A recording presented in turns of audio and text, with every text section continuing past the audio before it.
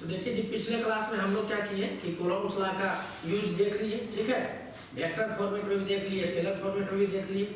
अब जो है न्यू टॉपिक वो इलेक्ट्रिक फील्ड है। तो इलेक्ट्रिक फील्ड का कंसेप्ट कैसे आया ये अब देखना। यहाँ देखिएगा थोड़ा सा कि कूलॉम के हिसाब से क्या था कि एक चार्ज जो है वो दूसरे चार्ज पर क्या करता है, r डिस्टेंस पर रहता है तो फोर्स एक्सर्ट करता है। तो ये बात लोगों के समझ में नहीं आया। रीजन क्या है कि सपोज करिए कि ये बोर्ड है और इसको है ना कि हम टच कर करके पुश किए, तो ये तो समझ में आया कि भाई टच किए, पुश किए, इस पर फोर्स लगा। लेकिन आखिर ये चार्ज इस पे फोर्स कैसे लगा देता है जब कांटेक्ट में तो नहीं है, समझ आ रहा है कि नहीं? तो एक कंसेप्ट जनरेट किया गया और बाद में उसको वेरीफाई किया गया। क्या कि रियलिटी में ये चार्ज इस पे फोर्स नहीं लगाता है। रियलिटी में ये चार्ज एक फील्ड क्रिएट करता है जो इस चार्ज पर फोर्स लगाता है। तो एक चीज समझिएगा, एक चार्ज दूसरे चार्ज पर फोर्स लगाता है, ये बात सच है, मगर एक चार्ज का फील्ड दूसरे चार्ज पर फोर्स लगाता है ये ज्यादा सच है। तो अगर आपको दे दे कि which of the following statement is more correct या मोस्ट करेक्ट, समझ में आ रहा है कि नहीं? और उसमें दो स्टेटमेंट अगर सेट करे कि charge Q1 exert force on charge Q2 और स्टेटमेंट 1 ये था, स्टेटमेंट 2 क्या था? Electric field of charge Q1 exert force on Q2। तो दोनों स्टेटमेंट सही है, लेकिन ये समझ में आया कि स्टेटमेंट 2 ज्यादा सही है। जैसे vector triangle law of addition को फॉलो करेगा, पहला स्टेटमेंट। दूसरा statement triangle law of addition को जो फॉलो करेगा वो वेक्टर होगा। दोनों स्टेटमेंट सही है, लेकिन ट्रायंगल लॉ को जो फॉलो करेगा तभी तो पता चलेगा कि वो वेक्टर है। तो ये स्टेटमेंट ज्यादा सही है। आई होप क्लियर हो रहा होगा। तो वही समझ में आया कि इलेक्ट्रिक फील्ड का कांसेप्ट कहां से है कि एक चार्ज दूसरे चार्ज पर कैसे फोर्स लगा देगा। समझ आ रहा है कि नहीं? एक मास जो है वो दूसरे मास पर कैसे फोर्स लगा देगा अगर कांटेक्ट में नहीं है तो इसका मतलब हर हालत में कुछ ना कुछ ऐसा है जो कि इसका वाला वो पार्ट इस पर फोर्स लगा रहा है। समझ आ रहा है कि नहीं? तो उसी को क्या बोला गया? चार्ज में इलेक्ट्रिक फील्ड बोला गया, मास वाले केस में ग्रेविटेशनल फील्ड बोला गया। समझ में आ रहा है बात? ठीक है, तो इस चीज को आप समझिएगा कि अब से देखो जनरल भाषा में हम यही बोले कि एक चार्ज दूसरे चार्ज पर फोर्स लगाता है, लेकिन ये दिमाग में रखना है कि एक चार्ज का फील्ड दूसरे चार्ज पर फोर्स लगाता है। समझ में आ रहा है कि नहीं? इस चीज को ध्यान दीजिएगा। तो हम लोग का जो आज का टॉपिक है वो क्या है? Electric field. अब धीरे धीरे क्या होगा ना कि इलेक्ट्रोस्टैटिक अपने रिदम में चलना स्टार्ट होगा। अभी तक तो क्या है कि बेसिक वाला ही चीज बोला जा रहा है। तो ये समझ में आया कि ये चार्ज क्या करेगा? एक अपना फील्ड क्रिएट करेगा और इस फील्ड में जो भी रहेगा उस पर क्या लगेगा? उस पर फोर्स लगेगा। बात समझ में आ रहा है आपको? तो ये चार्ज अपना एक फील्ड क्रिएट करेगा और इस फील्ड में जो भी चार्ज रहेगा उस पर ये फोर्स लगाएगा। कोई दिक्कत लग रहा है? अब समझिएगा, ये चार्ज इस पर फोर्स लगा रहा है तो न्यूटन थर्ड लॉ से ये चार्ज भी इस पर फोर्स लगा रहा होगा। तो ये चार्ज इस पर कैसे फोर्स लगा रहा है? इसका मतलब वो चार्ज भी फील्ड क्रिएट कर रहा है और उस फील्ड में क्या होगा कि ये आ जाता होगा तो फोर्स लगता होगा। तो आप ये समझ गए होंगे कि ये चार्ज क्या करेगा? एक फील्ड क्रिएट करेगा और वो फील्ड जिसके पास होगा उस पर वो फोर्स लगाएगा। मैंने ओवरऑल चार्ज का कहानी क्या है कि ये बोलता है कि जो भी हमारे फील्ड में रहेगा उस पर क्या करेंगे? फोर्स लगाएंगे। कोई दिक्कत लग रहा है? ठीक है। अब समझिएगा कि आइंस्टीन के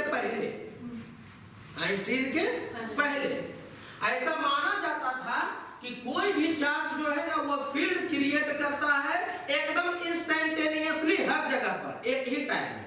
मतलब आप चार्ज रखे कि किसी भी जगह पर फील्ड है जो कि क्या हो गया, क्रिएट हो गया, इसके कारण तुरंत है जो कि फील्ड इसका पहुंच गया है। लेकिन आइंस्टीन जब आया तो वो क्या बोले कि कोई भी इफेक्ट स्पीड ऑफ लाइट से ज्यादा नहीं चल सकता है। समझ में आ रहा है कि नहीं? तब ये क्या जनरेट हुआ कि किसी चार्ज को जब आप रखिएगा तो हर जगह पर इलेक्ट्रिक फील्ड जाएगा, लेकिन वो एक स्पीड से जाएगा। किस स्पीड से जाएगा? सी स्पीड से जाएगा। बात समझ में आ रहा? आइंस्टीन के पहले क्या था, यहां देखो, बिफोर आइंस्टीन एक चार्ज Q1 को आप t इक्वल टू 0 पर यहां पर रखते हैं तो r दूरी पर जो चार्ज Q2 है वो t इक्वल टू 0 पर ही क्या करेगा? फोर्स एक्सपीरियंस करेगा। अरे बोलो यार, क्यों? क्योंकि इसका फील्ड एकदम तुरंत यहां पर पहुंचा, इस पर फोर्स क्या कर दिया? एग्जर्ट कर दिया। समझ में आ रहा है? इससे क्वेश्चन में आया, पूछा किसी ने किसी समय में।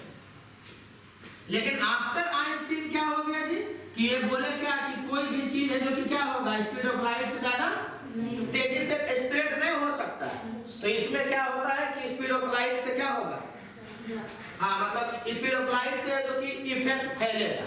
मतलब क्या समझे कि अगर t इक्वल टू 0 पर अगर Q1 को आप यहाँ पे रखते हैं तो इससे r दूरी पर ये जो Q2 है वो कब फोर्स एक्सपीरियंस करेगा? Experiences force at t equal to r by c। ये बात आपको समझ में आ रहा है? तो इस चीज को आप ध्यान दीजिएगा। कोई दिक्कत लग रहा है क्या कि चार्ज जिस समय रखते हैं, जैसे कि मान लिया है कि यहाँ पर चार्ज को रखे तो इसका फील्ड फैलना स्टार्ट होगा। समझ आ रहा है कि नहीं? पहले क्या कंसेप्ट था, तुम चार्ज रखे तो फील्ड है लेकिन वो फैलना नहीं स्टार्ट हो रहा, हर जगह पर एक के बाद हो गया। लेकिन अब क्या है कि चार्ज को रखिएगा तो क्या होगा, फैलना स्टार्ट होगा और उसके बाद है जो कि क्या होगा, हाँ मतलब Q2 है जो कि जब इसका फील्ड पहुंचेगा तो फोर्स उस पर लगेगा। कोई दिक्कत लग रहा है क्या?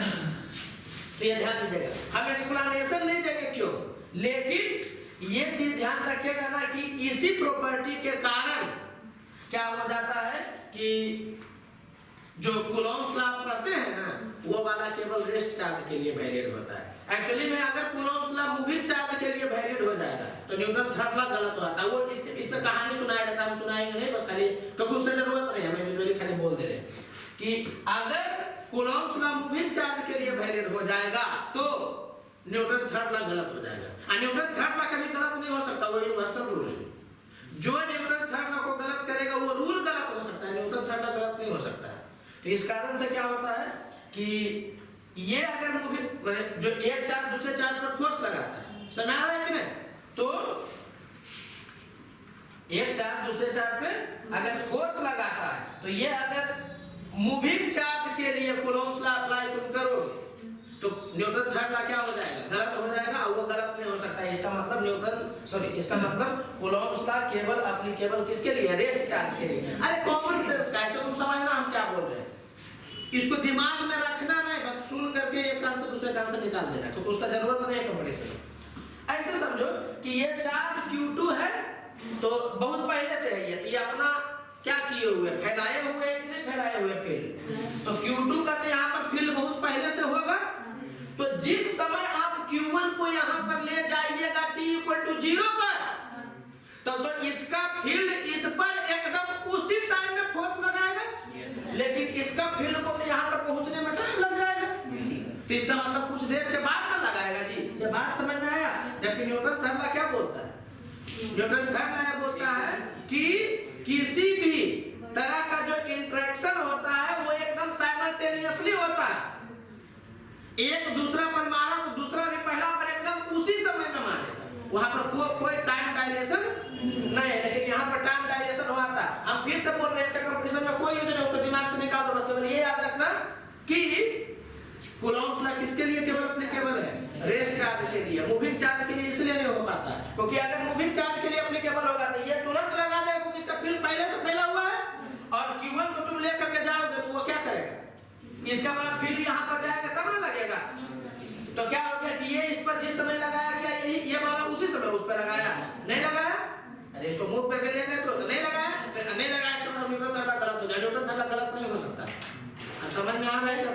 तो इस चीज को थोड़ा सा ध्यान आप रखिए। अरे बोलो यार। Yes sir. और भी बहुत सारा कंसेप्ट होता है कि लोरेंट्ज ट्रांसफॉर्मेशन से इलेक्ट्रिक फील्ड मैग्नेटिक फील्ड में कन्वर्ट होता है, इलेक्ट्रिक फोर्स मैग्नेटिक फोर्स दोनों लगता है, लेकिन वो सब जानने का जरूरत नहीं। अभी इतना देर जो भी बोले उसमें दो ही पॉइंट इंपॉर्टेंट है। पहला पॉइंट, कोई चार दूसरे चार पर फोर्स लगाता है, ये बोला जाता है, ये सच भी है, लेकिन इससे ज्यादा सच ये है कि चार्ज का फील्ड उस पर फोर्स लगाता है। ठीक है। दूसरा, फील्ड को भी प्रोपेगेट करने में टाइम लगता है। समझ आ रहा है? मतलब सी स्पीड से है जो कि ट्रेवल करता है उसका फील्ड। समझ आ रहा है? कभी क्वेश्चन पूछ दिया कि यहाँ पर रखेंगे तो कितना देर के बाद इस पर फोर्स लगेगा, अभी तक नहीं पूछा, लेकिन अगर पूछ दिया तो RYC टाइम लगेगा उसको वहां तक पहुंचने में, कोई दिक्कत लग रहा है? तो फील्ड वाला कहानी क्लियर हो गया।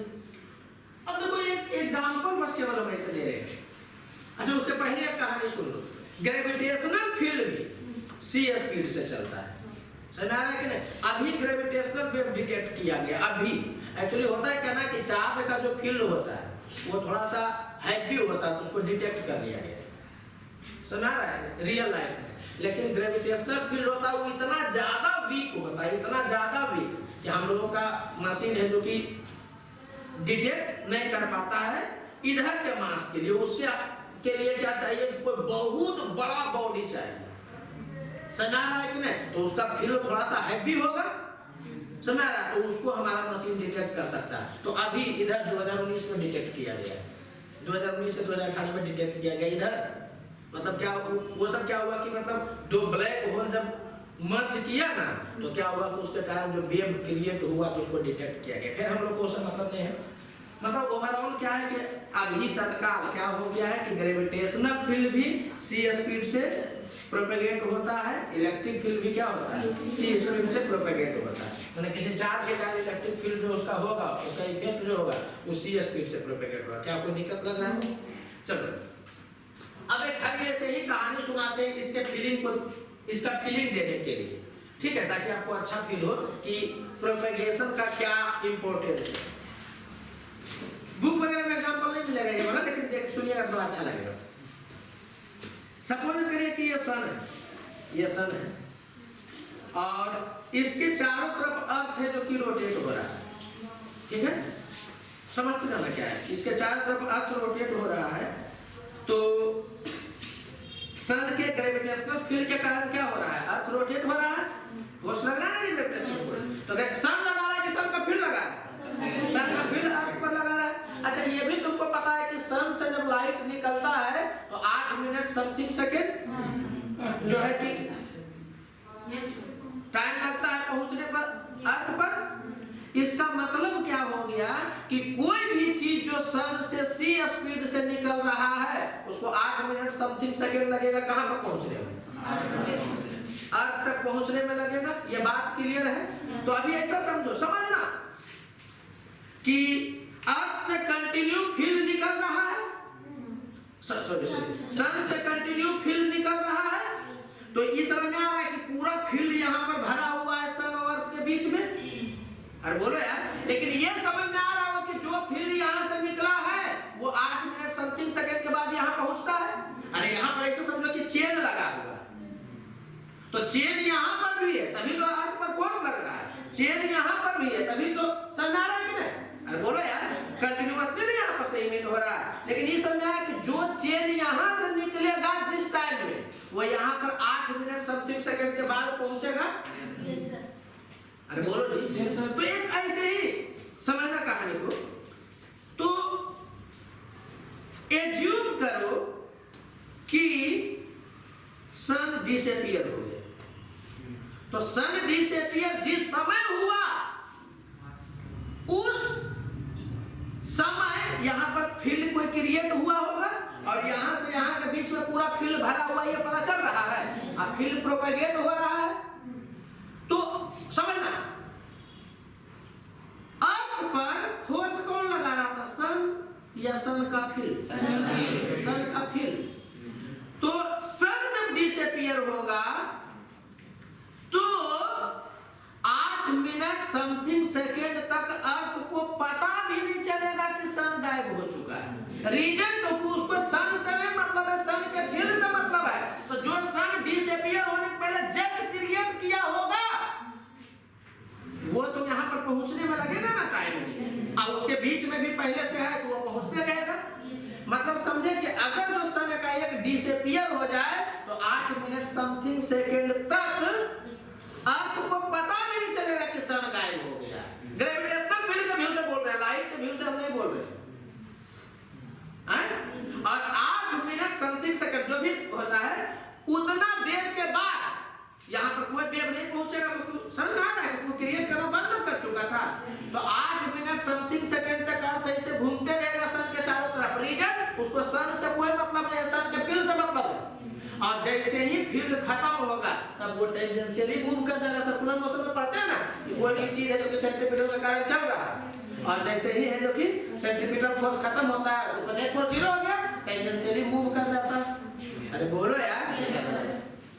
तो ये एक एग्जांपल आपको हम दिए कि प्रोपेगेशन का क्या इंपॉर्टेंस है।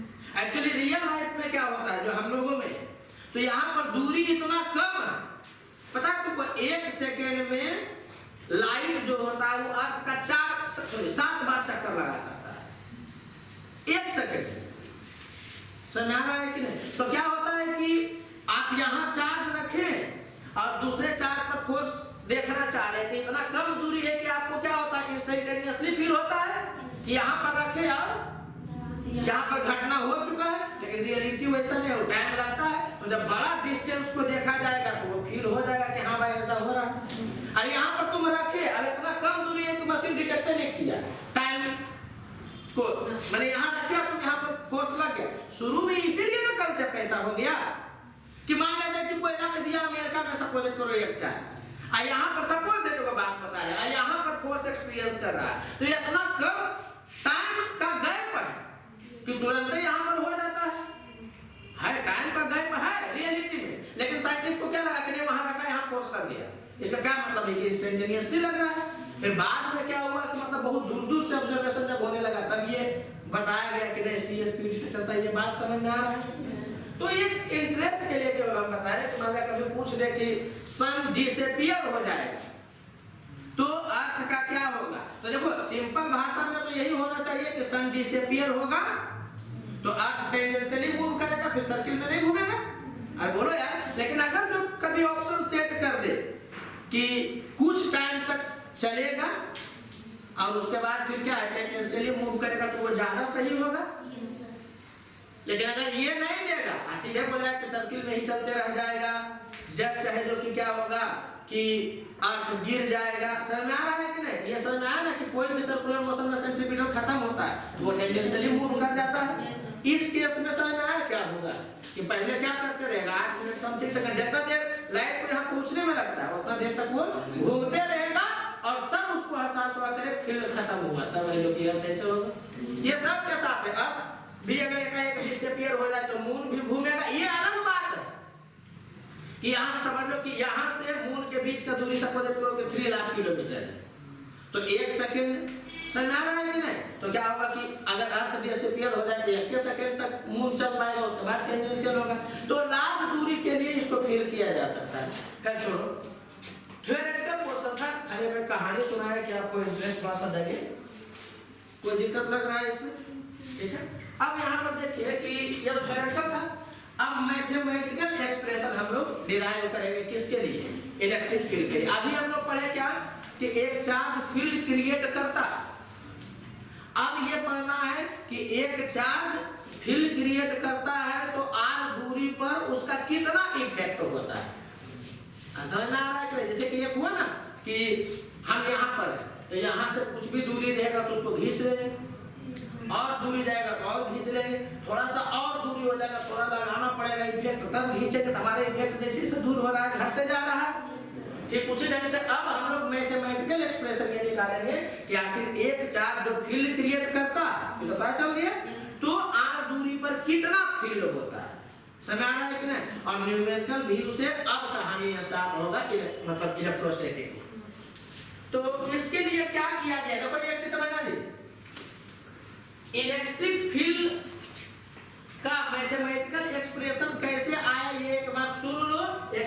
पॉइंट ध्यान रखना, लेकिन हम लोग उस फॉर्मेट से क्वेश्चन नहीं बनाएंगे, उसका जो दूसरा फॉर्मेट देंगे ना उससे क्वेश्चन बनाएंगे, ठीक है। तो सपोज समझना, suppose that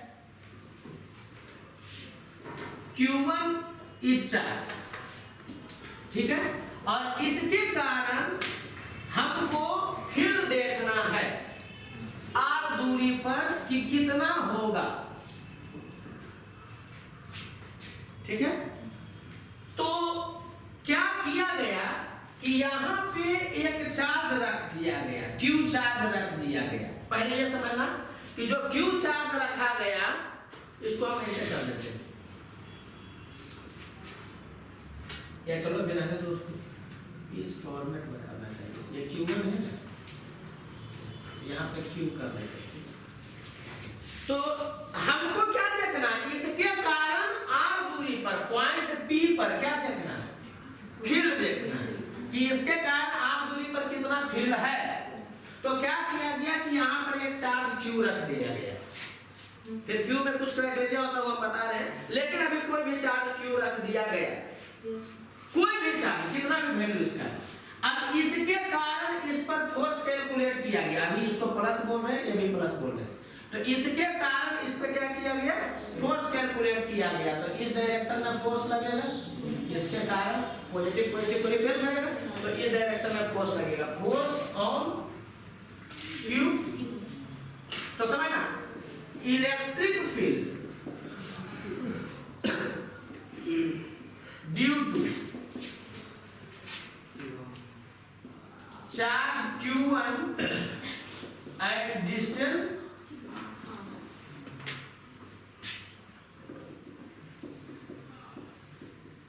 R at point P। इसको साइंटिस्ट लोग कैसे डिफाइन किया, अगर कुछ अलग ढंग से साइंटिस्ट लोग डिफाइन करता था, हम लोग आज कुछ अलग पढ़ते रहते। तो साइंटिस्ट लोग कैसे डिफाइन किया कि इसके कारण अगर आपको r दूरी पर फील्ड, ये खाली सुनना और एक पॉइंट केवल याद रखना, बाकी खत्म करना, बाकी कैसे अप्लाई करते हैं समझ आ रहा है कि नहीं, वो हमारा दिमाग में रखना। तो इसके कारण अगर यहाँ फील्ड देखना है तो जहां फील्ड देखना है वहां पर चार्ज रख देते हैं, और इस चार्ज पर इसके कारण क्या करते हैं, फोर्स कैलकुलेट करते हैं, समझ आ रहा है कि नहीं। तो जो इस पर फोर्स लगेगा ना उसको इसी चार्ज से डिवाइड कर देते हैं, इस पर जो फोर्स लगेगा उस पर उसको उसी चार्ज से डिवाइड कर देते हैं। तो इलेक्ट्रिक फील्ड इसके का जो भी वैल्यू आएगा वो वाला इसके कारण यहाँ पर इलेक्ट्रिक फील्ड डिफाइंड होगा। मतलब क्या हो गया कि force on Q by divided by Q, ये वाला किसके कारण इलेक्ट्रिक फील्ड होगा बताओ तो, Q1 के, हाँ ड्यू टू Q1, कंफ्यूज नहीं होना, जिसके कारण आपको क्या करना है, इफेक्ट देखना है, उस पर फोर्स नहीं कैलकुलेट कर दीजिएगा, इसके कारण यहाँ पर फील्ड देखना है, तो कोई चार्ज आप यहाँ रखिए, इस पर फोर्स कैलकुलेट करिए और उस फोर्स को इसी चार्ज से क्या कर दीजिए, डिवाइड कर दीजिए। तो जो ये वैल्यू आएगा ना वो इसके कारण यहाँ पर इंटेंसिटी कहलाएगी। समझ में आ रहा है क्या बोल रहे हैं, कोई दिक्कत लग रहा है? अच्छा ये चीज देखना कि इसके कारण यहाँ पर इलेक्ट्रिक फील्ड कैलकुलेट करना है, तो उस टर्म में जो चार्ज, इसको हम लोग बोलते हैं टेस्ट चार्ज, क्या बोलते हैं, टेस्ट चार्ज। टेस्ट चार्ज का मतलब क्या हुआ कि इसके हिसाब, इसके हेल्प से हम लोग जो कि टेस्ट कर रहे हैं वहां पे, तो क्या बोलना चाह रहे थे, हाँ, तो क्या आपको इसके कारण यहाँ पर फील्ड देखना है, तो Q का जो हेल्प लिए आप, क्या उस पर डिपेंड करता हुआ दिख रहा है कि नहीं दिख रहा है, इसके कारण चार्ज, माने इसके कारण फील्ड जो है, नहीं बोल पाए, एक बार फिर से लगता है उलझ गए, इधर इसके कारण यहाँ पर फील्ड देखे, तो ये एक्सप्रेशन आया। तो इसमें आपको ये वाला चार्ज का इंपॉर्टेंस दिख रहा है कि नहीं दिख रहा है, दिख रहा है, क्या डिपेंड कर रहा है कि नहीं कर रहा है, तो लगेगा कि डिपेंड कर रहा है, करता नहीं। रीजन क्या होता है कि इसके कारण यहाँ इस पर जब फोर्स देखिए तो उसमें भी Q बार करना आता है, समझ रहा है कि नहीं, और इस Q से डिवाइड करने पर वो कट कर जाता है, कट जाता है, समझ रहा है कि नहीं। तो बोलना ये चाह रहे हैं कि यहाँ पर यही वाला मिसकंसेप्शन होगा कि जिस टेस्ट चार्ज के हेल्प से हम लोग इलेक्ट्रिक फील्ड कैलकुलेट कर रहे हैं उस पर भी डिपेंड करता है इसका इलेक्ट्रिक फील्ड, क्योंकि एक्सप्रेशन तो यही बताता है, लेकिन ऐसा हो नहीं रहा। माने हम ये बोलना चाह रहे हैं कि टेस्ट चार्ज पर इसका इलेक्ट्रिक फील्ड डिपेंड नहीं करता है। समझ में आ रहा है क्या बोल रहे हैं? फिर से, टेस्ट चार्ज पर इसका इलेक्ट्रिक फील्ड डिपेंड नहीं करता है, बस इसका सहारा लिया गया। जैसे कैटालिस्ट, तो कैटालिस्ट पर प्रोडक्ट डिपेंड नहीं करता, उसका एक सहारा लिया गया, एक टूल रहा जो कि पार्टिसिपेट किया और उसके बाद खुद को अलग कर लिया, उस पर प्रोडक्ट नहीं डिपेंड करता कैटालिस्ट पर। अरे बोलो यार, ठीक उसी ढंग से टेस्ट चार्ज पर इसका फील्ड डिपेंड नहीं करेगा, वो सहारा लिए उसका, लेकिन क्या हो गया कि वो कट कर कर करके वो क्यू से इंडिपेंडेंट हो जाएगा। ये बात समझ में आ रहा है क्या बोल रहे हैं? दिमाग ज्यादा खराब हो तो ये सब निकाल दो।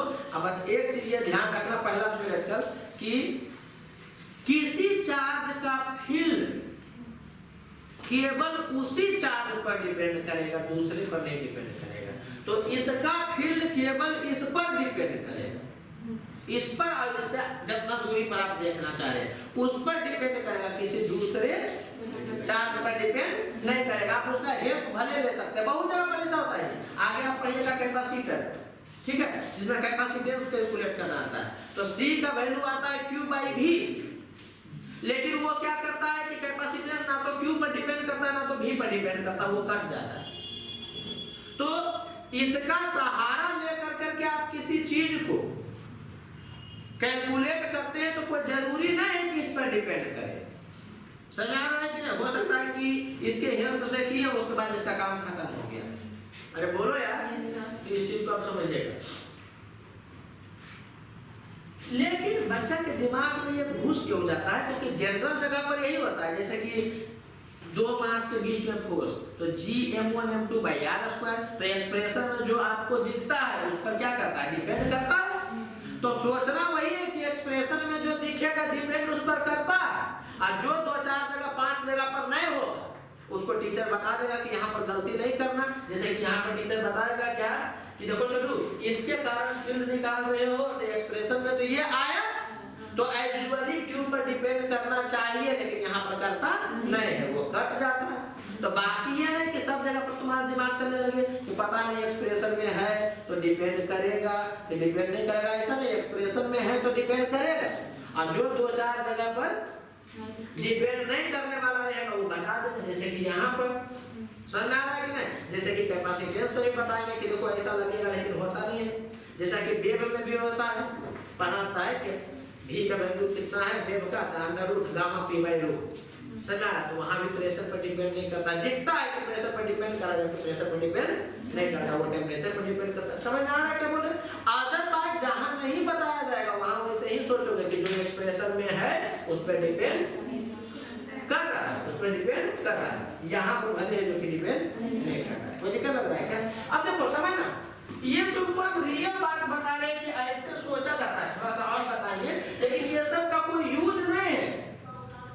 मतलब न्यूमेरिकल डील करने में, न्यूमेरिकल डील करने में एक दूसरे फॉर्मेट से, इसको इधर फेंक करके क्या बताएंगे कैसे दिमाग में सेट करना है। अभी बस केवल सुन लो, समझ में आ रहा है? लेकिन वीडियो नहीं बनता तो ये बताते भी नहीं, सीधे बोलते कैसे डिफाइन हुआ, लेकिन उसको दिमाग में नहीं रखना, ऐसे यूज करना।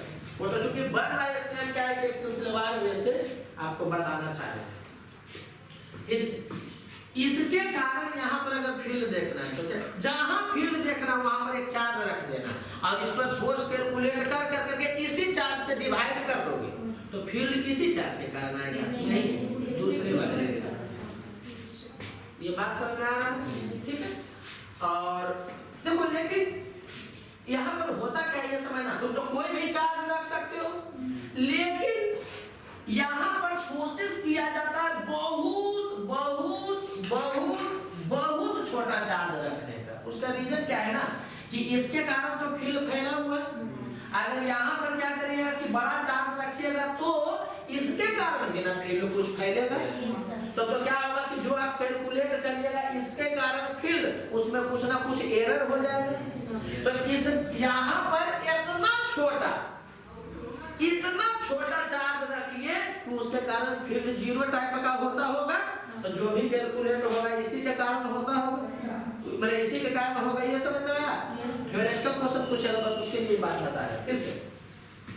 और एक और प्रॉब्लम है, सपोज करो कि इस चार्ज के कारण तुम यहाँ पर फील्ड कैलकुलेट करना चाह रहे हो और तुम यहाँ पर बड़ा चार्ज रख दिया मान लो, तो हो सकता है कि ये क्या करेगा कि इसको थोड़ा सा रिपेयर करके दूरी बढ़ा देगा, तो एरर होगा कि नहीं होगा।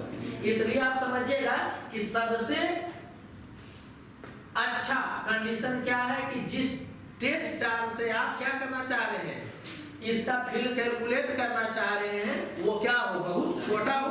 तो बस केवल एक चीज ये याद रखना मैथमेटिकली कि ये वाला एक ही समझना चाहिए, कोई भी चार्ज से डिफाइन हो जाएगा, लेकिन सबसे अच्छा कंडीशन क्या है, बेस्ट कंडीशन क्या है बताओ तो? अरे यहाँ माइनस रखोगे तब भी हो जाएगा, माइनस में रखोगे तो डिफाइन होगा, माइनस से माइनस डिवाइड करोगे तो फोर्स लगेगा, माइनस प्लस से डिवाइड करोगे। लेकिन बेस्ट कंडीशन क्या होगा इसको समझिएगा, आप पूछेगा तो यही बताइएगा कि electric field due to Q1 अगर कैलकुलेट करना रहेगा तो यहाँ पर हम लोग जो टेस्ट चार्ज रखेंगे वो मान लेते हैं क्या कि Q है। तो कैसे डिफाइन होगा इलेक्ट्रिक फील्ड की force on Q divided by Q। तो इसमें ऐसे लिख दिया था, ये मैथमेटिकल एक्सप्रेशन होता है, limit Q tends to 0। Q tends to 0 का मतलब एकदम Q को 0 0 0 की तरफ टेंड करा दिया। अरे टेंड्स टू 0 का मतलब होता है ना, जैसे टेंड्स टू 0, इसका मतलब है क्या कि जो 0 ही है मगर 0 नहीं। तो थोड़ा अजब लगेगा लेकिन वो है वही कहानी, समझ आ रहा है कि नहीं? मतलब 0 ही है मगर 0 नहीं, मतलब ऐसा समझो कि 0 पॉइंट और 2-4 हजार करोड़ 0 दे दो, उसके बाद वो दो 2-4 हजार करोड़ में नहीं माने तो 50,000 करोड़ 0 दे दो, उसके बाद वो मतलब ओवरऑल क्या है कि ये वाला 0 ही है एक तरह से मगर 0 नहीं है। ये समझ में आ रहा है ना? ओवरऑल क्या है कि Q टेंड्स टू 0 का मतलब यही हो गया कि Q इतना छोटा हो गया, इतना छोटा हो गया कि अब उसका इफेक्ट हम लोग नहीं देखेंगे, तो जो भी इफेक्ट होगा इसी के कारण होगा। तो एक थ्योरेटिकल क्वेश्चन पूछेगा क्या कि जब इलेक्ट्रिक फील्ड किसी चार्ज के कारण कैलकुलेट किया जाता है तो जो टेस्ट चार्ज लेते हैं उसका मतलब उसका वैल्यू कितना होना चाहिए, तो बोलेगा स्मॉल, समझ आ रहा है कि नहीं? Large, extremely large, extremely small, कौन होगा? एक्सट्रीमली स्मॉल होगा। बस इसको तुम बस यही तक के लिए समझो। बताए ना कि अगर हम ऐसे पढ़ाते हैं वीडियो नहीं बनता तो क्या होता है कि सिंपली तुमको यही बताते हैं कि देखो छोटू, इसके कारण अगर यहाँ फील्ड कैलकुलेट करना है तो यहाँ पर एक बहुत छोटा सा चार्ज रख देते हैं, काहे रख देते हैं वो भुला जाओ, बहुत छोटा सा चार्ज रख देते हैं, ठीक है, जो फोर्स रहता है उसको उसी चार्ज से डिवाइड कर देते हैं, ठीक है, तो जो वैल्यू आता है वो इलेक्ट्रिक फील्ड का डेफिनेशन में आता है। समझ में आ रहा है क्या बोल रहे हैं? तो बस इतना बोल करके बोलते हैं कि बस इसको इसी के लिए केवल याद रखना, बाकी कैसे अप्लाई करना हुआ आगे हम बता रहे हैं। अच्छा, इसको कोई ऐसे भी बोल दे सकता है कि इलेक्ट्रिक फील्ड कितना है तो फोर्स के बराबर है, अगर Q का वैल्यू 1 हो जाए तो आप ऐसे भी डेफिनेशन पढ़ सकते हैं कि यहाँ पर यूनिट पॉजिटिव चार्ज रखेंगे, कितना यूनिट पॉजिटिव चार्ज, Q का वैल्यू 1 कर दिए, तब क्या बोला जाता है कि जो फोर्स है वही फील्ड इलेक्ट्रिक फील्ड के बराबर है। अरे ये वाला है तो कभी भी ना आप इसको 1 करेगा तो ये इसके बराबर हो जाएगा जी, ये डेफिनेशन कभी भी चलता है। देखिए आगे तुम समझो, ये तुम पढ़ते हो क्या कि स्पेसिफिक हीट था Q by m delta T, तो स्पेसिफिक हीट कितना है तो हीट एनर्जी के बराबर है, लेकिन बोल सकता है कि स्पेसिफिक हीट कितना है तो हीट एनर्जी के बराबर है जब मास यूनिट हो और डेल्टा T यूनिट हो। इसका मतलब क्या होगा कि स्पेसिफिक हीट Q के बराबर हो गया, लेकिन तुम बोल सकते हो कि specific heat is equal to heat transfer when mass is unit and change in temperature is unit। समझ आ रहा है कि नहीं? तो उसी को बोला जाता है कि स्पेसिफिक डेफिनेशन कैसे बनता है मैथमेटिकल डेफिनेशन कि specific heat is equal to heat transferred to the body per unit mass per unit change in temperature. समझ में आ रहा? तो ये एक जगह का नहीं होगा, पूरा फिजिक्स में सब जगह पर होगा। केमिस्ट्री में भी कर सकता है। तुम पढ़ रहे हो क्या? रेट क्या है? रेट का वैल्यू पढ़ते हो ना, माइनस dc/dt या प्लस dc/dt। तो इसको ऐसे भी कोई कर सकता है कि रेट का वैल्यू होता है ना जी, मान लो कि रिएक्टेंट है तो बोलोगे ना माइनस dc/dt। तो रेट क्या है? चेंज इन कंसंट्रेशन के बराबर है। नहीं समझ में आ रहा है? लेकिन तुम बोल सकते हो कि rate is change in concentration. अगर रिएक्टेंट का है तो decrease in concentration in unit time, dt का वैल्यू 1 कर दिए। तो ये कॉमन डेफिनेशन पूरे फिजिक्स में, पूरे केमिस्ट्री में। एक्चुअली वो फिजिक्स केमिस्ट्री छोड़ दो, वो एक मैथ। अरे बात समझ में आ रहा है? तो इलेक्ट्रिक फील्ड को ये क्यों बोल रहे हैं? क्योंकि थ्योरेटिकल, न्यूमेरिकल तो बड़ा आसान है, आपको क्या है बता दिया गया, ऐसे सोचना, ऐसे अप्लाई करना, न्यूमेरिकल बन गया। लगभग क्वेश्चन न्यूमेरिकल ही पूछता है, लेकिन थ्योरेटिकल वाला में आपको किसी भी ढंग से फंसाने का प्रयास कर सकता हूं, लैंग्वेज में फंसा सकता है। तुम क्या याद रखोगे कि नहीं भाई सब तो बताया था क्या कि सबसे अच्छा कंडीशन क्या है? तो इलेक्ट्रिक फील्ड निकालना था, तो टेस्ट चार्ज एकदम टेंडिंग टू 0 होता है। तो ये बात सच है, अगर ये रहेगा तो यही बोलोगे। लेकिन डेफिनेशन वो ऐसे भी कर दे सकता है कि electric field at point P due to charge Q1 is equal to force acting on unit positive charge placed at point P। तो बात सच हो जाएगा, क्योंकि इलेक्ट्रिक फील्ड डिफाइन करोगे तो फोर्स ऑन Q/Q। तो इसको जैसे ही 1 बना दिया, इलेक्ट्रिक फील्ड का वैल्यू किसके बराबर हो जाएगा? फोर्स के बराबर हो जाएगा। वैल्यू होता है फोर्स के बराबर, यूनिट नहीं बराबर हो जाएगा। समझ में आ रहा है क्या बोल रहे हैं? कोई दिक्कत लग रहा है तो फंसोगे नहीं ना। यूनिट पॉजिटिव चार्ज बोल देगा तो फिर ये Q बोलने की जरूरत नहीं। तब तो क्या हो जाएगा? इलेक्ट्रिक फील्ड किसके बराबर हो जाएगा? फोर्स के बराबर हो जाएगा। और सबसे अच्छा कंडीशन ये वाला। थ्योरेटिकल में क्या होता है ना कि नहीं भी बताना चाहिए तो घिंचा ही जाता है। तो ये सब चीज आप समझिएगा। बेस्ट कंडीशन ये है कि टेस्ट चार्ज क्या होना, Q कौन है जी? Q यहाँ पर सबका टेस्ट चार्ज है, जिसका साइज क्या होना चाहिए? Extremely small.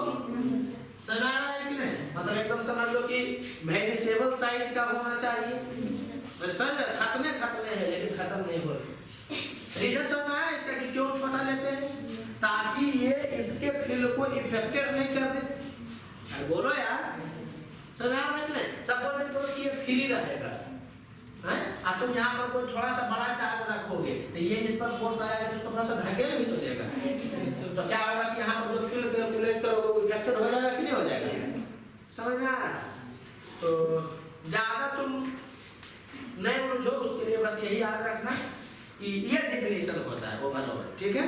अब हम ये नहीं बोलेंगे कि इसको तुम न्यूमेरिकल में उतारना। न्यूमेरिकल में तुम कैसे उतारोगे इसको? ऐसे नहीं, न्यूमेरिकल में ये उतारोगे कि अगर यहाँ पर क्या है, फील्ड है किसी के कारण, ये नहीं पता कि किसके कारण, लेकिन यहाँ पर क्या है?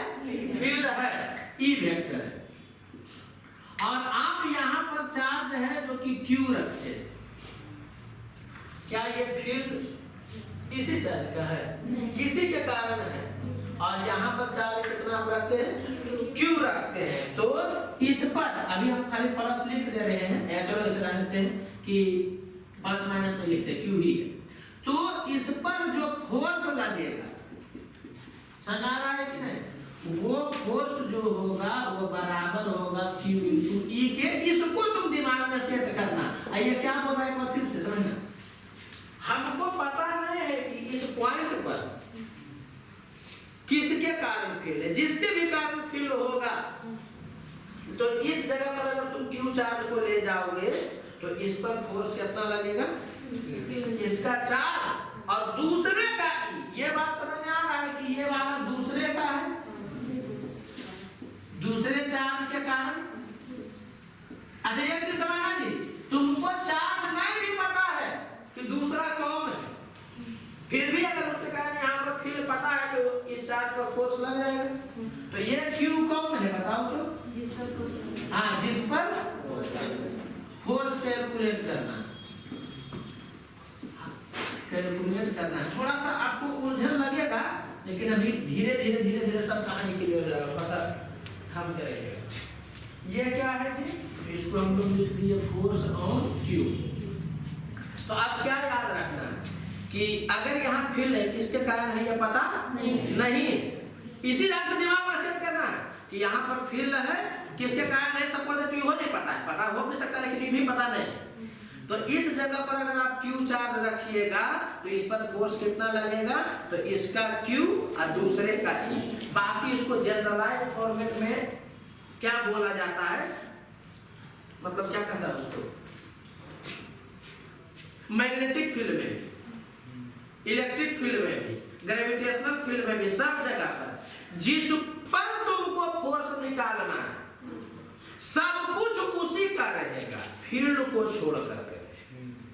जैसे कि इस चार्ज पर फोर्स निकाला, दिमाग में अगर ऐसे सेट करना तब अप्लाई कर पाओगे। बच्चा के साथ प्रॉब्लम क्या है ना कि डिफाइन ऐसे किया जाता है और दिमाग में इसी को सेट कर लेता है, तो न्यूमेरिकल बनाने में उसको दिक्कत होता है। तो इस चीज को आप समझिएगा कि न्यूमेरिकल बनाना है तो इसको दिमाग में नहीं सेट करिएगा, इसको दिमाग में सेट करिएगा। और ये ध्यान रखना है थ्रू आउट फिजिक्स के लिए कि इस पर फोर्स निकालना है तो ए टू जेड चीज इसी का रहेगा, सिवाय फील्ड के, चाहे वो ग्रेविटेशनल फील्ड हो, चाहे इलेक्ट्रिक फील्ड हो, चाहे मैग्नेटिक फील्ड हो। जैसे कि इस मास पर फोर्स निकालना है हमको ग्रेविटेशनल, तो इसी का मास रहेगा, समझ में आया। फील्ड किसका रहेगा, किसी दूसरे मास का। इस चार्ज पर फोर्स निकालना है तो चार्ज इसी का रहेगा, फील्ड रहेगा दूसरे का। मान लो करंट कैरिंग वायर, तो इस पर मैग्नेटिक फोर्स निकालना है तो करंट इसी का रहेगा, फील्ड रहेगा दूसरे का। ये क्लियर हो रहा है दोस्तों। तो यहाँ पर बताने पर क्या होता है, थोड़ा उलझन टाइप होता है, इसलिए बताया कि वीडियो में बात बताने उतना चर्चा ही नहीं करते। मैंने 2 मिनट में यहाँ से बोल करके निकल जाते हैं। रीजन क्योंकि इसका न्यूमेरिकल एप्लीकेशन आपको नहीं करना है, थ्योरेटिकल वाला ही यूज करता है। ये चार्ज बहुत छोटा होना चाहिए कि नहीं, समझ में आ रहा है कि नहीं। और यूनिट चार्ज पॉजिटिव चार्ज के लिए भी डिफाइन करता है कि ये यूनिट कर दिए पॉजिटिव में ये इसके बराबर हो गया। अगर इसको यूनिट नेगेटिव करोगे तो ये नेगेटिव इसका रह जाएगा, यहाँ -1 रखोगे तो माइनस यहाँ जाएगा। कोई ऐसे भी डिफाइन कर सकता है कि इलेक्ट्रिक फील्ड कितना होगा, तो नेगेटिव चार्ज के लिए, नेगेटिव यूनिट चार्ज के लिए मैग्नीट्यूड तो 1 हो गया और माइनस यहाँ पर आ गया, तो जिस डायरेक्शन में फोर्स लगता है उसको उल्टा होगा। अरे बोलो यार, तो वो थ्योरेटिकल के लिए है, कभी आ गया तो बता देना, लेकिन अब तो इसका कहानी ही चलेगा। इसलिए दिमाग में एकदम सेट पहले कर दीजिए कि सुनो, तुमको ऐसे नहीं पढ़ना, तुमको कॉमन पढ़ना F = QE। बाकी आपको खुद समझ जाना है कि जिस पर फोर्स लगेगा Q उसी का होना, इलेक्ट्रिक फील्ड दूसरे का होगा। अरे बात समझ में आ रहा है। इस मास पर फोर्स लगेगा mg, तो यहाँ बोलने का जरूरत नहीं है, इस पर फोर्स लग रहा है तो मास इसी का होगा, g दूसरे का होगा। अगर मैग्नेटिक फील्ड में तुम पढ़ते हो कि करंट कैरिंग वायर पर फोर्स जो होगा वो I × dl क्रॉस b होगा, सपोज दैट, तो जिस पर फोर्स देख रहे हो उसी का I होगा, उसी का लेंथ होगा। समझ आ रहा है कि नहीं। b किसका होगा, फील्ड किसका होगा, दूसरे का। तो 1000 जगह पर बताएंगे ना, एक जगह पर तुम समझे तो बच्चे इसको याद रखता है, फोर्स ऑन q तो q × E, जहां q इसका E दूसरे का, ये दिमाग में नहीं होना चाहिए। समझ आ रहा है कि नहीं। तो ये एक जनरल फॉर्मेट है कि क्या, कि जिस पर फोर्स कैलकुलेट करना है,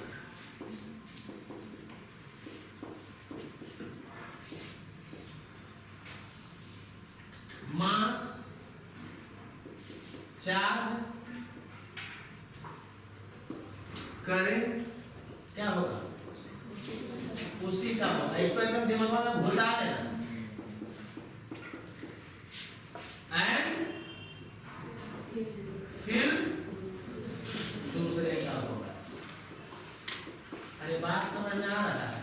इसको ये नहीं समझ में आएगा तो फिर तो क्या खत्म हो जाएगा आगे। तो इसको पहले आपको समझ लेना है। समझ आ रहा है क्या बोल रहे? इसका यूज किस लिए करेंगे, थ्योरेटिकल क्वेश्चन के लिए। समझ में आ रहा है कि भाई इलेक्ट्रिक फील्ड किसी चार्ज के कारण कैसे डिफाइन होता है, तो किसी दूसरे चार्ज को रख दिया था, उस पर फोर्स कैलकुलेट कर करके उस फोर्स में उसी तरह से डिवाइड कर दिया। ठीक है, बेस कंडीशन क्या है कि चार्ज बहुत छोटा होना चाहिए, बड़ा भी रहेगा तो कोई दिक्कत नहीं है, ऐसा नहीं है, मतलब थोड़ा सा दिक्कत है लेकिन चलो कर सकते हैं, लेकिन ये वाला सबसे अच्छा कंडीशन समझ में आया। अब बाकी ये बताने का जरूरत नहीं, तो हम खाली एक बार बोल दिए कि कुछ नया भी बच्चा है क्या कि ये बताने का जरूरत नहीं कि देखो बेटा ये 1 होगा तो ये वाला इसके बराबर हो जाएगा, क्योंकि यहाँ ये बताने का मतलब है कि तुमको हम यहाँ पर ये बात बोल रहे हैं, जबकि ये तो पूरा फैला हुआ पूरे सिलेबस में। अरे बात समझ में आ रहा है? तो एक चीज समझिएगा, डेफिनेशन आप याद नहीं कर सकते हैं। रेट ऑफ रिएक्शन जो भी है -dc/dt, अगर रिएक्टेंट का बात किया गया तो प्रोडक्ट का होता है तो प्लस dc/dt होता है, फिर आप लोग जानते हैं कि नीचे में कोएफिशिएंट वगैरह आ जाता है जो भी आता है। तो ये कॉमन है कि नीचे को 1 बना दीजिए तो ये इसके बराबर होता है मैग्नीट्यूड बाय यूनिट, तो अलग हो गए। अदरवाइज फोर्स को कैसे कोई डिफाइन कर दे सकता है, या चलो मान लेते हैं कि आप मास को ही बोल रहे हैं, तो मास को F/a लिखा जा सकता है कि नहीं? अरे बोलो यार, तो कोई डिफाइन कर सकता है कि मास कितना है, तो फोर्स पर यूनिट एक्सीलरेशन कर सकता है कोई। A कितना है तो F/m, तो एक्सीलरेशन कैसे डिफाइन कोई कर सकता है, तो एक्सीलरेशन कितना है तो फोर्स के बराबर है मैग्नीट्यूड बाय जब मास हुआ। कोई दिक्कत लग रहा है? तो ये बोलने का क्या मतलब हो गया कि किसी स्पेशल जगह पर ऐसा नहीं है, समझ आ रहा है कि नहीं? ये हर जगह पर है।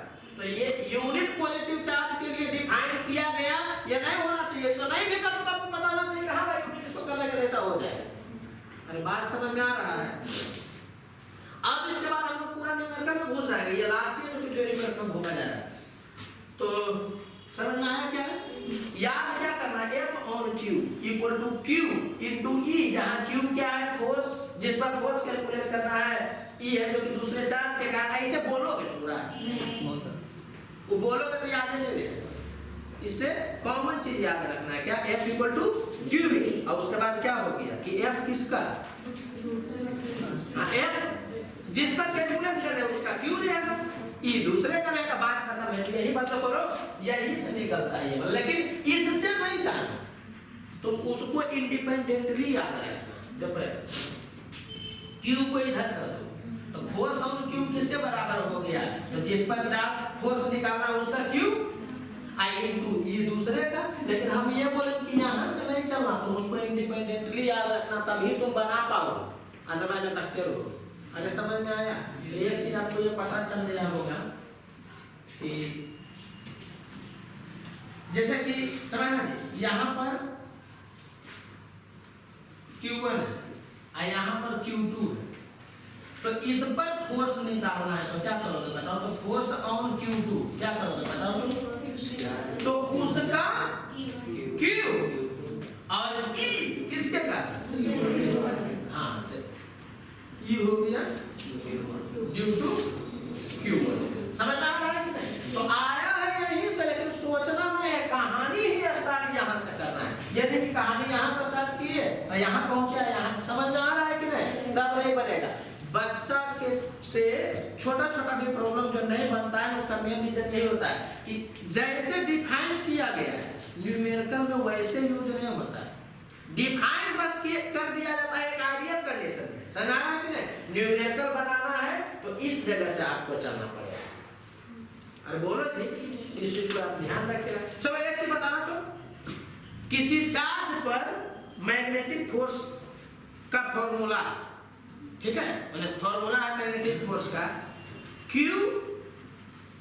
इनटू V क्रॉस B, मतलब लिखा हुआ है F equal to Q into V cross B। बताओ तो यहाँ पर क्या क्या मीनिंग है? F तो फोर्स हो गया, किस पर, जिस पर निकाला हो तो पता है, तो कौन है यहाँ पर, Q वही वाला है जिस पर फोर्स निकालना है या दूसरे वाला, वही वाला। V क्रॉस B, B दूसरे का होगा, मतलब अगर फील्ड है उसमें फॉर्मूला में तो समझ जाना फील्ड दूसरे का होगा, ये जो है वो इसका होगा। ये बात समझ में आया? तो बार बार रखना नहीं, बच्चा रखता है इसका फील्ड, इसका दिस, इसका दैट, ये एक कॉमन प्रोसेस है। समझ में आ रहा है क्या बोल, कोई दिक्कत नहीं रहा है? तो इस चीज को आप समझिएगा, कोई इलेक्ट्रिक फील्ड बनाया ही इसलिए गया कि यहाँ पर अगर आप इलेक्ट्रिक फील्ड डिटेक्ट कर लिए, 1000 को कारण होगा, अगर मशीन लगा करके अगर यहाँ आप इलेक्ट्रिक फील्ड डिटेक्ट कर लिए तो यहाँ पर जो चार्ज रखिएगा उस पर फोर्स कैलकुलेट हो जाएगा कि नहीं हो जाएगा? क्यों से बोलो यार, होगा ना जी? कूलॉम्स लॉ के साथ क्या प्रॉब्लम है? कूलॉम्स लॉ के साथ 2-3 प्रॉब्लम। पहला, कूलॉम्स लॉ केवल 2 चार्ज के लिए, अब उसमें भी दोनों चार्ज आपको जानना पड़ेगा। ये बात समझ में आ रहा है? इसके साथ बेनिफिट क्या हो गया कि 1000 गो होगा, उसके लिए भी एप्लीकेबल होगा। और दूसरा चार्ज अगर नहीं भी पता है, अगर यहाँ पर मशीन रख करके आप अगर इलेक्ट्रिक फील्ड आप डिटेक्ट कर लिए तो यहाँ पर जिस चार्ज को रखिएगा उस पर फोर्स कैलकुलेट आप कर लीजिएगा। समझ आ रहा है कि नहीं? कूलॉम्स लॉ के लिए आपको पता होना चाहिए कि कौन कौन चार्ज है। तो इलेक्ट्रिक फील्ड का जनरेशन ही इसीलिए किया गया, मैंने कॉन्सेप्ट जो बिल्डअप किया गया वो इसीलिए किया गया कि किसी पॉइंट पर इलेक्ट्रिक फील्ड आप जान रहे हैं तो कौन उस इलेक्ट्रिक फील्ड को क्रिएट कर रहा है वो भाड़ में जाए, हम यहाँ पर चार्ज रख करके उस पर फोर्स कैलकुलेट कर सकते हैं या इस इलेक्ट्रिक फील्ड का हम लोग यूज कर सकते हैं। कौन क्रिएट किया उससे कोई मतलब नहीं। अरे ये बात समझ आ रहा है कि नहीं? इस चीज का ध्यान दें। पैसा का जनरेशन क्यों हुआ? पैसा का जनरेशन इसीलिए हुआ कि पहले क्या होता था ना कि मान लिया कि आप लोग कहानी में पढ़े होंगे कि पहले क्या है, मान लिया कि कोई बहुत ज्यादा गेहूं उपजा लिया, कोई बहुत ज्यादा क्या हुआ चावल उपजा लिया, तो इसको गेहूं का जरूरत, जो चावल उपजाया उसको गेहूं का जरूरत है, जो गेहूं उपजाया उसको चावल का जरूरत है। तो पहले वो दोनों कंडीशन मैच होना चाहिए तब ये वो एक दूसरे से ले दे सकता है। अब किसी को चावल बहुत ज्यादा हो गया, गेहूं का जरूरत है, आज जिसको गेहूं बहुत ज्यादा हो गया उसको चावल का जरूरत नहीं है, क्या भाग में जाओ। एक बात हम आपको बता रहे, इसीलिए पैसा का इजाद किया गया कि भाई आपके पास ये है तो लाइफ सेट है, एज यूजुअल, ठीक है, खर्चा करवाइए, 2-4 थरिया जाकर के रेस्टोरेंट में खाएंगी, खाना खाने के बाद 2-4 थरिया खा लेगी, पूरा ढकार मार लेगी, उसके बाद बोले कि देखो ना जानू खाना अच्छा नहीं है। क्या तो ये बात आपको समझ में आया क्या हुआ कि फोर्स इस पर देखना है तो इसका चार्ज और दूसरे के कारण ही, कोई दिक्कत लग रहा है? ठीक है, तो इस चीज पर ध्यान दीजिएगा। यहाँ पर एक बात कुछ और बोलना चाह रहे थे, हाँ अब समझिएगा। यहाँ पर जी कुछ चीज बार बार हम बोल रहे हैं, हर चीज का एक्सप्लेनेशन, लेकिन अगर जो हर चीज को आप शुरू से स्टार्ट करिएगा तो आपसे प्रॉब्लम नहीं बनेगा, ये लिख लीजिए। अब यही रीजन है कि प्रॉब्लम नहीं बनता। तो पहला चीज क्या हुआ, ये कहानी भूल गए, फिर भी ये आपको पता रहना चाहिए कि F इक्वल टू QE में Q कौन होता है जिस पर फोर्स लगना है और E दूसरे का है। आया है रहस्य, लेकिन तुम भूल भी जाओ तो ये दिमाग में रहना चाहिए। समझ में आ रहा है? ठीक उसी ढंग से अब जो बात समझाने जा रहे हैं इसका भी बहुत यूज है। तो वो कहां से आएगा, तो यहां से आएगा, लेकिन हम फिर भी बता रहे हैं कि इसको इंडिपेंडेंटली याद रखना, इसको इंडिपेंडेंटली याद रखना, क्योंकि जब जरूरत पड़े तो इसको डायरेक्ट यूज करो, इसको सोच के नहीं यूज करो। समझ में आ रहा है क्या बोल रहे हैं? यहाँ देख रहा है एकदम ध्यान से, अदरवाइज चाहे तुम कहानी में नहीं करना चाहोगे। समझ रहे? पहले तुम रिजल्ट रखो, उसके बाद हम बताते कि ऐसा क्यों आया। समझ आ रहा है कि नहीं? अब क्यों आया या भूला भी जाओ तो अच्छा बात है, बस केवल रिजल्ट ये याद रहना चाहिए। क्या समझना? एकदम बाहर से याद करना, उससे लिंक करके नहीं, डायरेक्ट ये एक पॉइंट है। समझ में आ रहा है? इसको याद करिए। क्या इलेक्ट्रिक फील्ड जिस डायरेक्शन में रहेगा, इलेक्ट्रिक फील्ड जिस डायरेक्शन में रहेगा, कोई चार्ज को रखोगे पॉजिटिव चार्ज को तो फोर्स उसी डायरेक्शन में लगेगा। तो शायरी हो गया। अच्छा ये बताओ फील्ड किसका होगा? इसी चार्ज का, दूसरे का। तो क्या हम बोले कि जिस डायरेक्शन में इलेक्ट्रिक फील्ड होगा पॉजिटिव चार्ज पर फोर्स उसी डायरेक्शन में होगा। कोई दिक्कत लग रहा है? तो इसको एकदम इंडिपेंडेंटली कैसे आया हम नहीं जानते, पहले तो याद रहना चाहिए, इस चीज को समझिएगा। और जिस डायरेक्शन में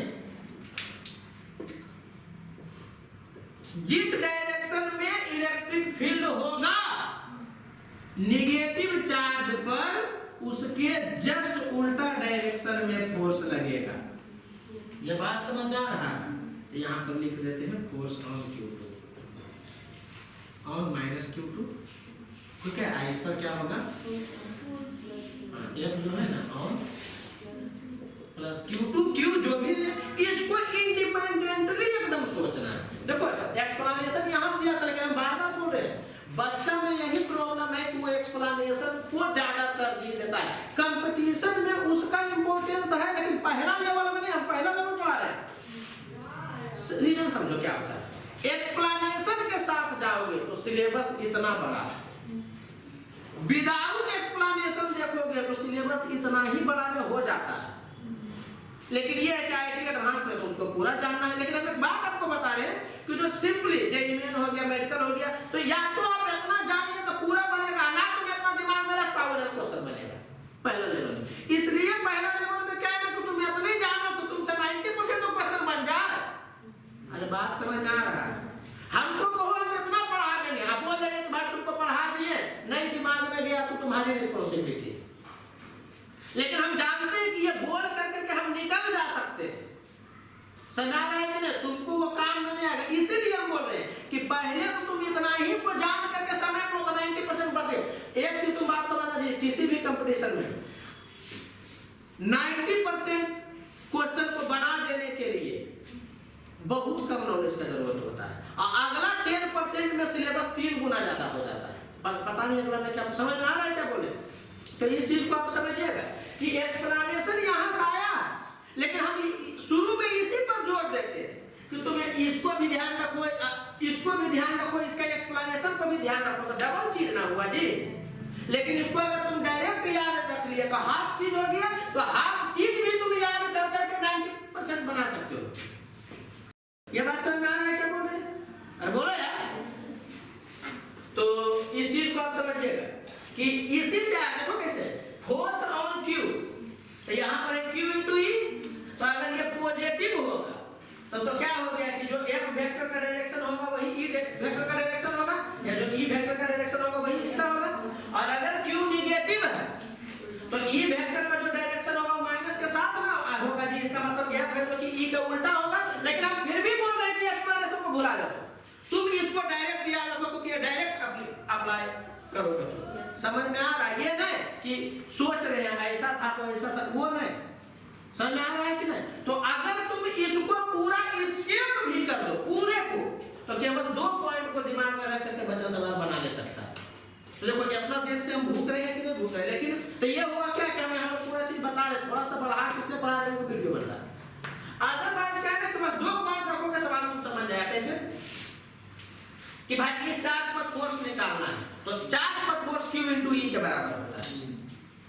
समझ में आ रहा है कि नहीं, जिसमें चार्ज उसी का है E दूसरे का। पहला पॉइंट ये याद कर लिए और दूसरा पॉइंट एकदम डायरेक्ट ये याद किए, पॉजिटिव चार्ज पर फोर्स इलेक्ट्रिक फील्ड के तरफ लगता है, नेगेटिव चार्ज पर फोर्स इलेक्ट्रिक फील्ड के उल्टा डायरेक्शन में लगता है। कोई मतलब नहीं, उसको बोला जाओ। समझ आ रहा है, मान लो 2 लाइन बोलेंगे और यही वाला तुमको यूज होगा। ये सब का यूज तुम इसके बाद कभी देखबे नहीं करोगे, खाली अगर करेक्टर पूछ सकता है उसके लिए तुम याद रखना। अरे बात समझ में आ रहा है। तो चूंकि वीडियो बन रहा है इसलिए हम क्या है कि थोड़ा सा ये सब बताते हैं, इसे अपना उलझाते थोड़े मतलब तुरंत टू द पॉइंट करके हुए निकल जाते हैं। तो उससे ये है कि मतलब 90% हम कवर करते हैं। लेवल हम करके यही इसीलिए पढ़ाते हैं कि लेवल 1 में हम गारंटी तुमको नहीं दे रहे कि 100% सवाल बन ही जाएगा सबका। समझ आ रहा है कि नहीं, जैसे मेडिकल का 100% सवाल बन जाएगा तुमसे, समझ आ रहा है कि नहीं, जीमेल का तो 90% ही बनेगा, आईटी एडवांस का 50% 40% ही बनेगा, फिर लेवल 2 जाएगा तब एडवांस वाला का पूरा होगा। ठीक है, जिसको मेडिकल वाला को देखने की जरूरत नहीं होता। एक बात हम बता रहे हैं, इसको आप याद कर लीजिएगा, एकदम हिंदी में दिमाग में घुसाइएगा क्या कि पॉजिटिव चार्ज पर फोर्स किधर लगता है, इलेक्ट्रिक फील्ड की तरफ लगता है। बार-बार ये दिमाग में रहना चाहिए कि इलेक्ट्रिक फील्ड है तो दूसरे का होगा, फोर्स तुम इसमें देख रहे हो, इलेक्ट्रिक फील्ड के तरफ लगता है। क्यों मत जानो, बता दिए लेकिन उसको भुला जाओ, इलेक्ट्रिक फील्ड के तरफ लगता है। इसी ढंग से तुम लिख लेना कि नेगेटिव चार्ज पर फोर्स इलेक्ट्रिक फील्ड के अपोजिट डायरेक्शन में लगता है। समझ में आया? रीजन अभी तुम दिमाग में अपना नहीं रखो, डायरेक्शन में लगता है। ये बात समझ आ रहा है? अब हम फिर से इसको एक्सप्लेन कर सकते हैं दूसरा पॉइंट को, लेकिन एक्सप्लेन करेंगे नहीं, उसको तुमको डायरेक्ट हम बता रहे हैं। समझ आ रहा है? सुनो जी, अब हमारे यहाँ से पढ़ाने का तरीका जो होगा ना, वो बुक से मैच कराओगे तो नहीं मैच करेगा। रीजन समझना, पहले हम क्लियर कर बोल देते हैं, उसके बाद उसी चीज को तुमको दिमाग में बैठाना। बुक देखोगे तो क्या होता है कि पहले पॉइंट 4 का तुमको इलेक्ट्रिक फील्ड बताएगा, ठीक है, फिर कुछ और का, मतलब रिंग के कारण, समझ रहा है कि नहीं, डायपोल के कारण, ठीक है, और उसके बाद ये चैप्टर खत्म हो जाता है। फिर गॉसेस लॉ एंट्री करता है। गॉसेस लॉ में तुमको स्फीयर के कारण, solid sphere, hollow sphere, infinite line charge, समझ आ रहा है कि नहीं, सिलेंडर के कारण ये सब कहानी चलता है। समझ आ रहा है? इलेक्ट्रिक फील्ड पढ़ा देता है, उसके बाद फिर पोटेंशियल का चर्चा किया जाता है, ठीक है। अब फिर पोटेंशियल में क्या होगा कि कुछ कुछ का बताएगा, फिर समझ आ रहा है, फिर और भी बड़ा बड़ा माने स्फीयर का हो गया, सॉलिड स्फीयर का हो गया, ये सब बताया जाता है। तो ये 4 जगह तुम पढ़ते हो ना, इसीलिए तुमसे सवाल नहीं बनता। पहला लेवल में तुमको क्या करवाएंगे हम कि एकदम बिना सोचे एकदम डायरेक्ट रट जाओ, एक ही बार में लिख देंगे सबको। क्या पॉइंट 4 के कारण इलेक्ट्रिक फील्ड इतना होता है, क्यों, तुमको जरूरत नहीं, इतना होता तुम याद रखोगे। सॉलिड स्फीयर के कारण इतना होता है, होलो स्फीयर के कारण इतना होता है, गॉसेस लॉ में एक्सप्लेनेशन दिया जाता है, लेकिन तुमको पहले याद रखना है। क्यों? क्योंकि अगर तुम याद कर लिए तो तुम 90% सवाल को बना चुके होगे। मेडिकल में समझो कि लगभग 99% सवाल को तुम बना चुके होगे। और एक्सप्लेनेशन है जो कि सिलेबस को डबल करे, समझ आ रहा है कि नहीं, तुमसे अपना पकड़ाएगा नहीं, बनेगा। इसलिए हम बोल रहे हैं क्या कि पहला लेवल में ये सीख लेना कि न्यूमेरिकल कैसे बनता है। और न्यूमेरिकल बना लेना बहुत बड़ा चीज है। जबकि बच्चा को तुम देखो ना तो उसको बोलता है थ्योरी समझ में आता है, थ्योरेटिकल पोर्शन हुआ था, न्यूमेरिकल नहीं होता, झूठ बोल रहा है। न्यूमेरिकल बना लेना बहुत आसान काम, समझा? थ्योरेटिकली बहुत स्ट्रांग हो जाना बहुत मुश्किल काम। किसी भी ढंग से लैंग्वेज में उसको फंसा लिया जा सकता है। तो ये चीज समझिएगा, क्योंकि बुक में आप उलटिएगा तो देखिएगा कि ऐसे है, यहाँ पर पढ़ाया है पॉइंट 4 के कारण। देखो होता क्या है, शुरुआत में क्या पढ़ाया जाता है, जो गॉसेस लॉ से डेरिवेशन नहीं होगा, किसका, तो पॉइंट 4 का तो हो जाता है गॉसेस लॉ से, ऐसे पॉइंट 4 तो कूलॉम्स लॉ से भी होता है। तो पॉइंट 4 के कारण पढ़ाएगा रिंग का, रिंग का गॉसेस लॉ से नहीं होता है डेरिवेशन। समय आगे बताएंगे क्यों नहीं होता है थ्योरेटिकल चीज। डायपोल का भी गॉसेस लॉ से डेरिवेशन नहीं हो सकता इलेक्ट्रिक फील्ड, तो ये सब यहाँ पढ़ाता है, बाकी गॉसेस लॉ में पढ़ाता है। तो हम वैसे नहीं करेंगे। पहले क्या करेंगे कि जितना भी फॉर्मूला इलेक्ट्रिक फील्ड का, पोटेंशियल का भी फॉर्मूला तुमको बिना पोटेंशियल को जाने ही याद रखना है। बाद में बताएंगे कि पोटेंशियल ये है, इसका यूज ये है, और तुमको फॉर्मूला पहले से याद रहना चाहिए। समझ में आ रहा है कि नहीं? तो ऐसे करोगे तो क्वेश्चन बड़ा इजीली बन जाएगा, इजीली बनेगा, और एग्जाम के बाद तुम भी रहोगे, हम भी रहेंगे, ठीक है। तो हर क्वेश्चन तुमको दिखा दिया गया है कि हर टाइप तुमको बता दिया गया है, ठीक है, और शॉर्ट फॉर्मेट में ही करके, बहुत ज्यादा जल्दी हम नहीं करेंगे। देखो इतना ही हम बताएं, थोड़ा सा हमारा टेम्परामेंट खराब हो गया। रीजन क्या है ना कि हम नहीं चाहते पहला लेवल में आपको उलझाना, सीधे to the point. Electric field कैसे डिफाइन होता है, तो यहाँ पर चार्ज रख दो, इसका फोर्स कैलकुलेट करो, फोर्स बटा इतना करोगे आ जाएगा। ये बहुत छोटा रहेगा तो सबसे अच्छा कंडीशन है। क्यों, वो भी नहीं बताते थे सबसे अच्छा कंडीशन है ये याद रखना। पूछेगा तो बताते हैं कि बहुत क्या होना चाहिए, छोटा होना चाहिए, ठीक है, बात बताना। उसके बाद दूसरा पॉइंट में ये बोलते थे क्या कि यहाँ पर इलेक्ट्रिक फील्ड किसी के कारण है, दूसरे के कारण। तो यहाँ पर किसी चार्ज को रखोगे तो इस पर फोर्स Q × E लगेगा, आया है धीरे से इसको इधर फेंक कर करके, लेकिन वो बताने का जरूरत नहीं, आप सीधे इसको अभी तत्काल याद रखते।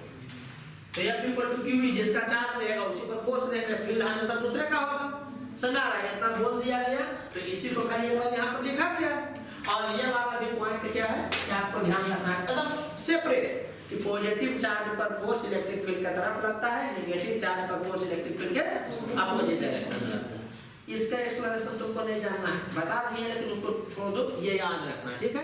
तो एक पॉइंट तो आप याद किए, कुछ पॉइंट और आप याद करिएगा डायरेक्ट, मतलब बिना एक्सप्लेनेशन जाने आपको इसको याद करना है। रीजन, क्योंकि जब इसका यूज होगा तो एक्सप्लेनेशन का जरूरत नहीं पड़ेगा, इस पॉइंट का जरूरत पड़ेगा, ठीक है। तो आप ये याद रखिएगा जी कि किसी पॉजिटिव चार्ज के लिए या किसी पॉजिटिव चार्ज के कारण इलेक्ट्रिक फील्ड आर दूरी पर उस चार्ज से दूर होता है, लेकिन रहेगा वही लाइन के लॉ। ठीक है, तो ये आप ध्यान रखिएगा। और नेगेटिव चार्ज के कारण आर दूरी पर इलेक्ट्रिक फील्ड चार्ज के तरफ होता है, माने इधर होता है।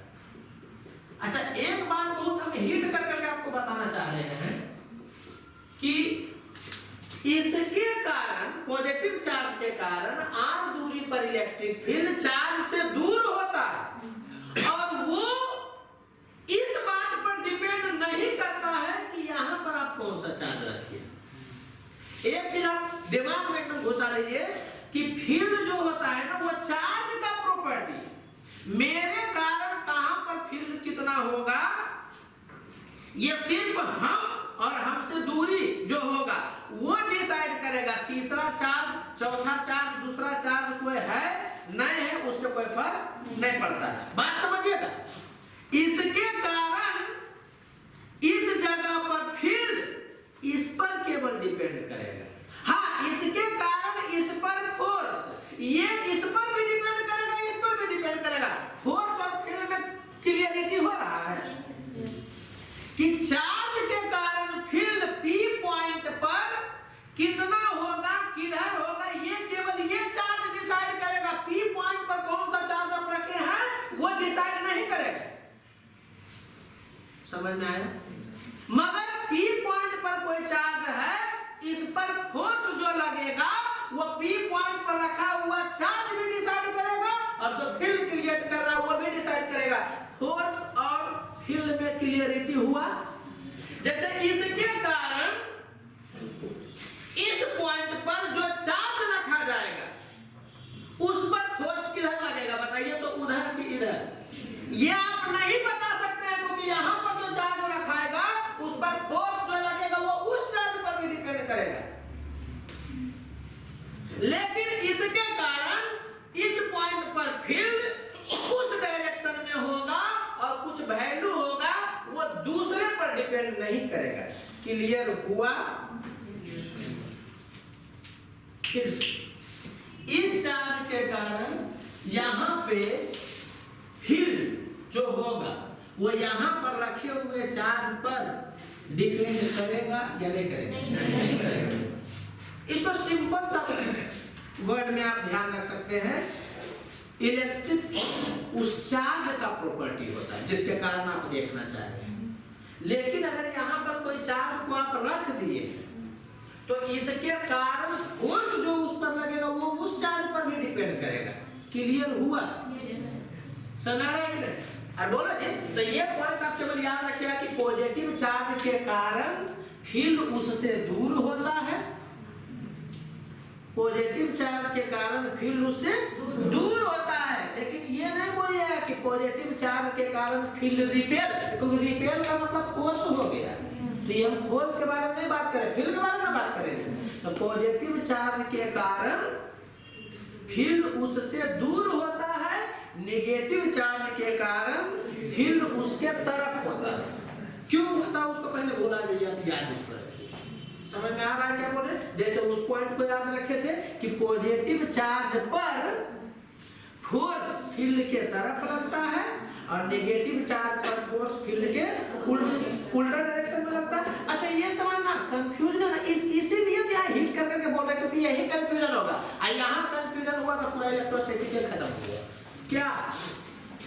पॉजिटिव चार्ज के कारण उसका फील्ड उससे दूर होता है। इसमें ये चीज समझना, इस चार्ज के कारण इसी का फील्ड देख रहे हैं। इसके पहले जो बताए थे कि पॉजिटिव चार्ज पर फोर्स फील्ड के तरफ लगता है तो उसमें फील्ड दूसरा का था। क्लियर हुआ? ठीक है। अब यहाँ पर देखना लो, अब हम एक चीज जो है वो दो ढंग से एक्सप्लेन करेंगे केवल दिमाग खोलने के लिए। एक बात आप समझिएगा जी, फोर्स के बारे में जब भी बात करेगा वो आपको चार्ज पता है तो आप डायरेक्ट बता सकते हैं कि सेम टाइप का रिपेल करेगा, अपोजिट टाइप का अट्रैक्ट करेगा। लेकिन कभी कभी क्या होता है कि फोर्स का डायरेक्शन देखना है जिसमें दोनों चार्ज नहीं पता है, एक का चार्ज पता है और दूसरे का फील्ड पता है, तब तो कूलॉम लॉ वाला काम देगा कि सेम टाइप का रहेगा तो रिपेल करेगा, अपोजिट टाइप का रहेगा नहीं, क्योंकि दोनों पता है दो चार्ज, लेकिन क्या है नहीं पता। तो हमेशा डायरेक्शन देखने में दो चीज का यूज होता है। एक केस में आपको चार्ज के बारे में पता है तो फिर क्या है कि फील्ड से नहीं सोचते, डायरेक्ट पता चल रहा है कि रिपेल कर रहा है कि रिपेल कर रहा है।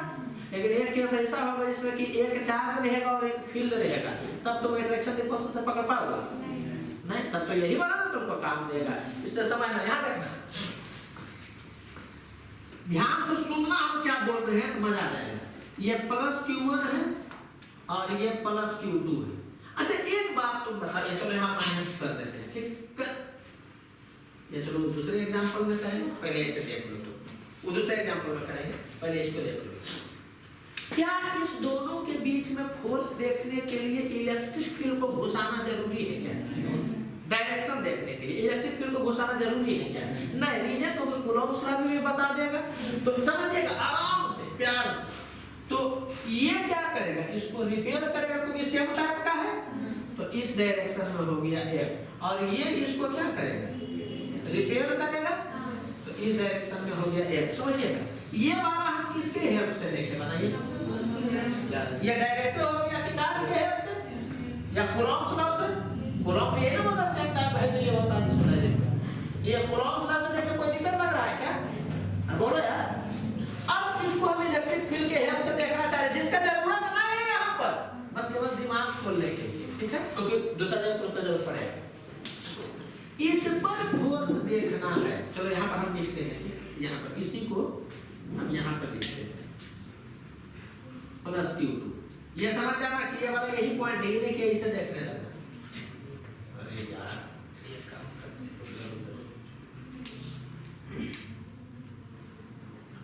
समझना है आप छोटू को, कि यहाँ समझ गया तो फिर आगे दिक्कत नहीं होगा, तो वैसे रोते रह जाओगे। प्रॉब्लम नहीं बनने का बहुत सारा रीजन होता है, समझिएगा। अब हम इसको क्या कर रहे हैं कि कूलॉम्स लॉ से नहीं देख रहे, डायरेक्ट देख रहे हैं फील्ड घुसा करके, तो इस पर फोर्स देखना है, समझिएगा, इस पर फोर्स देखना है, तो इस पर कौन फोर्स लगाएगा, इसका फील्ड या इसी का फील्ड?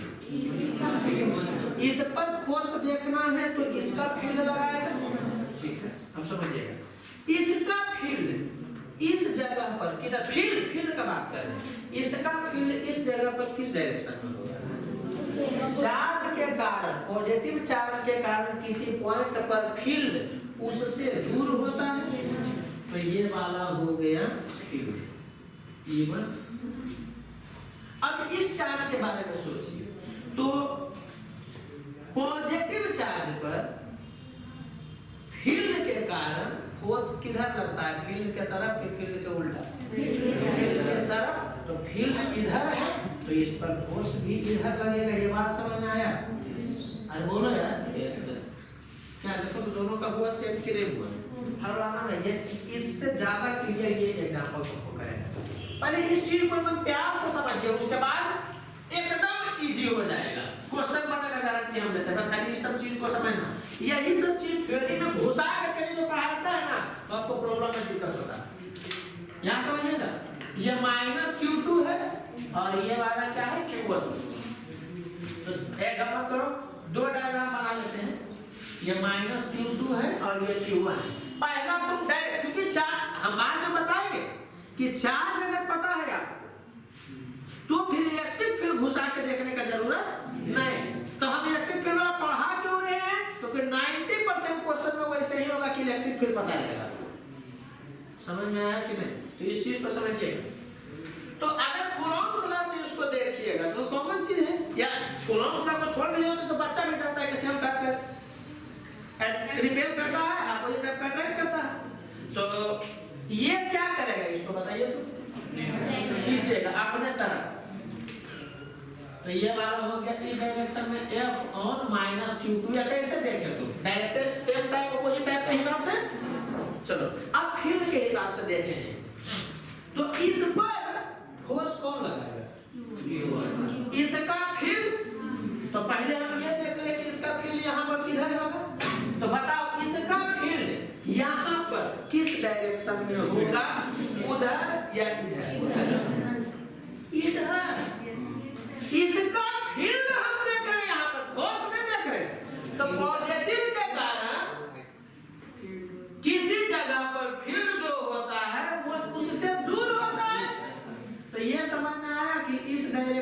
होगा E1।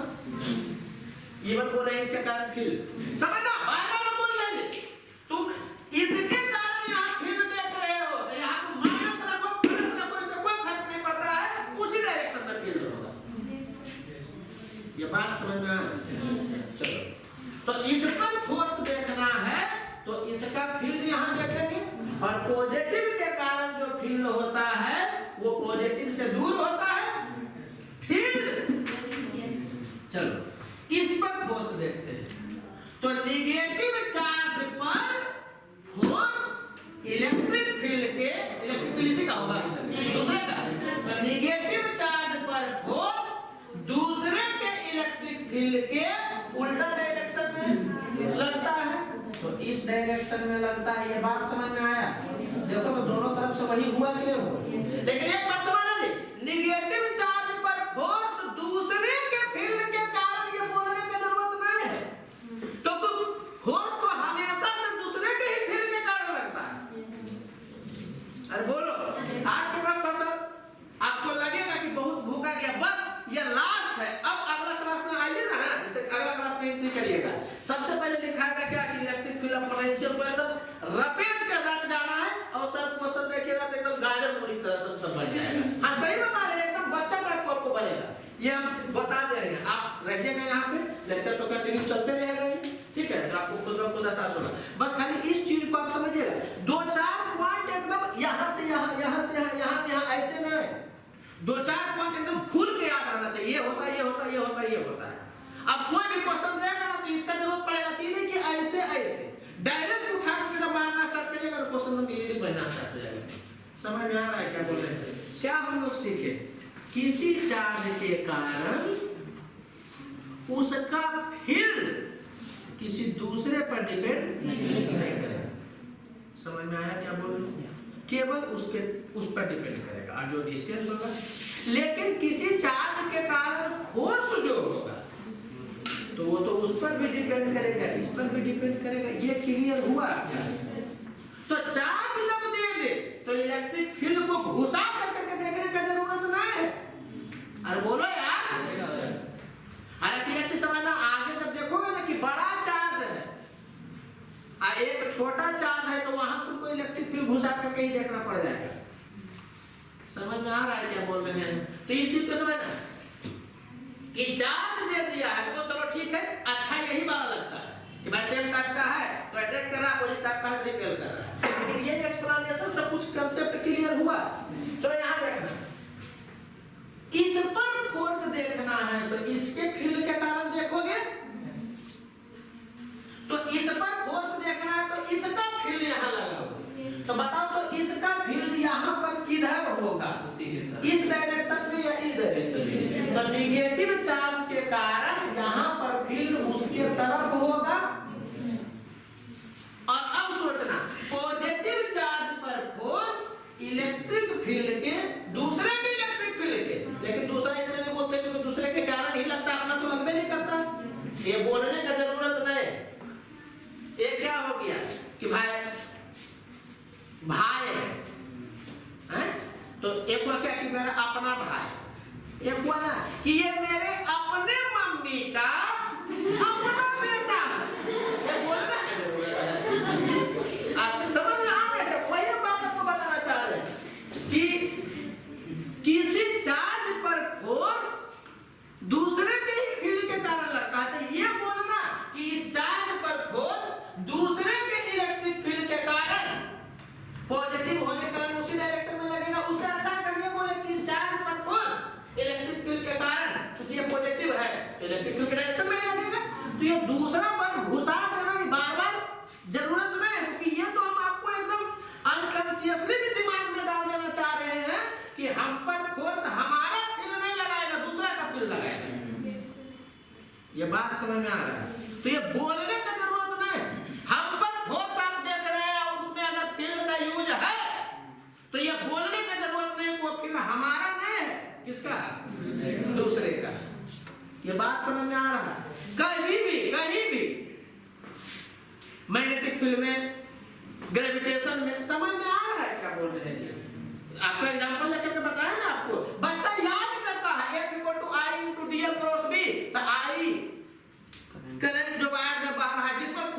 है उसका, डीएल तो जिस पर फोर्स लगता है उसका, समझा रहा, बी दूसरे का, ये बोलने का जरूरत नहीं, बोलो यार,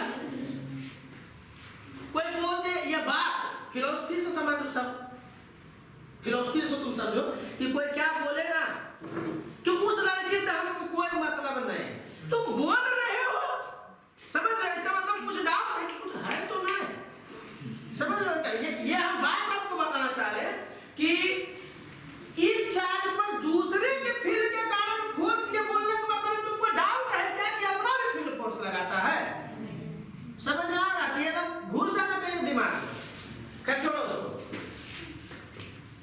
क्लियर हुआ?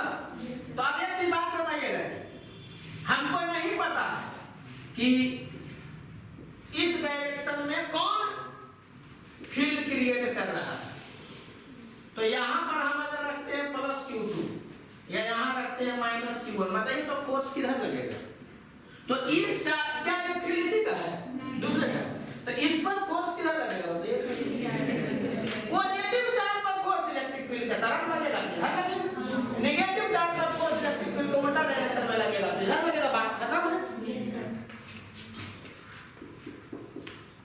बस इसको आप संभाल लीजिए तो फिर आगे समझ जाएगा।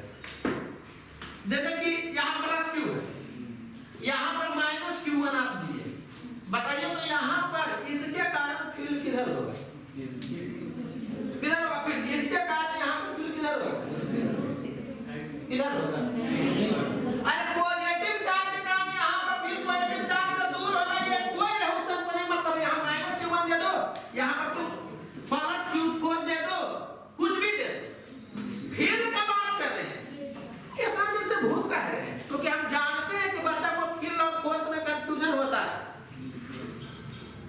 अभी जो मैंने कहना बताया फिर भी बच्चा सोच रहा है इसके कारण यहाँ पर फील्ड, तो उसको दिमाग में जाएगा पॉजिटिव है नेगेटिव अट्रैक्ट कर रहा है, वो फोर्स ना है फील्ड है, अरे बात समझ में आ रहा है, यही तो तुम अटकोगे, रिंग दिया हुआ है, उसके एक्सिस पर कोई चार्ज पर रखा हुआ, फोर्स के डायरेक्शन में कंफ्यूजन है, और डायरेक्शन का इतना इंपॉर्टेंस क्यों, क्योंकि जब चार्ज देगा, 3 चार्ज देगा, तो किसी पॉइंट पर अगर नेट इलेक्ट्रिक फील्ड निकालना रहेगा, तुम डायरेक्शन में गलती करोगे तो नेट इलेक्ट्रिक फील्ड में गलती होगा कि नहीं होगा, बताओ तो होगा, इसीलिए हम बार-बार इतना देर से भूख रहे हैं कि फील्ड का डायरेक्शन में गलती नहीं होना चाहिए, समझ में आ रहा है, जैसे कि यहां पर दे दिया है Q1 और यहां पर दे दिया है Q2 और यहां पर दे दिया है माइनस Q3, ठीक है, तो इस पर अगर फोर्स देखना है तो हमको इस दोनों के कारण फील्ड देखना पड़ेगा, समझ आ रहा है, तो इसके कारण यहां पर फील्ड किधर होगा, बताओ तो, इसके कारण यहां फील्ड किधर होगा, तो इस डायरेक्शन में होगा, यहां डायलेमा में कि ये इसको खींचेगा, और फोर्स का बात कर रहा हूं, फील्ड का बात कर रहा हूं, और इसके कारण किधर होगा, ये पॉजिटिव है, तो किधर होगा, पॉजिटिव से दूर होगा, तो इस डायरेक्शन में होगा, ये बात समझ में आ रहा है, आपको बच्चा गलती से इधर कर दिया, आया कोई इधर कर दिया, तो रिजल्टेंट तुम गलती ले लिया, तो बैठना खत्म हो गया, अब समझ में आ रहा है, इसलिए हम अपना देर से बार-बार बोल रहे हैं, समझ में आ रहा है क्या बोल रहे हैं, कि फील्ड के डायरेक्शन और फोर्स के डायरेक्शन में कंफ्यूज नहीं होइएगा, और एकदम उल्टा कहानी है दोनों में, क्या कि फील्ड केवल इस पर डिपेंड करेगा, इसका फील्ड केवल इस पर डिपेंड करेगा, और इस पर फोर्स केवल इसी पर डिपेंड नहीं करेगा, बाकी सब पर करेगा, ये जो डायलेमा हो जाता है ना इस दोनों जगह पर बच्चा में, तो फिर वो दिक्कत होना स्टार्ट होता है, क्लियर हुआ है, इससे पूरा हम क्या पढ़ा रहे हैं कि भाई क्योंकि अगला लेक्चर में ये बस स्टार्ट कर पाएंगे उसको, मतलब फॉर्मूला वगैरह सब लिखना स्टार्ट कर पाएंगे, ये समझना है, अच्छा फोर्स देखना होगा तो कैसे देखते हैं बताओ तो, इसके कारण इस पर फोर्स डायरेक्ट कर देते कि प्लस से माइनस है, तो फोर्स इधर लगता है, इसके कारण तो फोर्स इस डायरेक्शन में लगता है, तो इस पर नेट फोर्स निकाला जाएगा, तो इसका और इसका रिजल्टेंट होगा, और अगर इस पॉइंट पर नेट फील्ड निकालना रहेगा तो इसका और इसका रिजल्टेंट होगा, समझ आ रहा है कि नहीं, और भी आगे कहानी पढ़ाएंगे, और भी आगे हम कहानी पढ़ाएंगे, यहाँ देखो चलो समझना छोटू क्या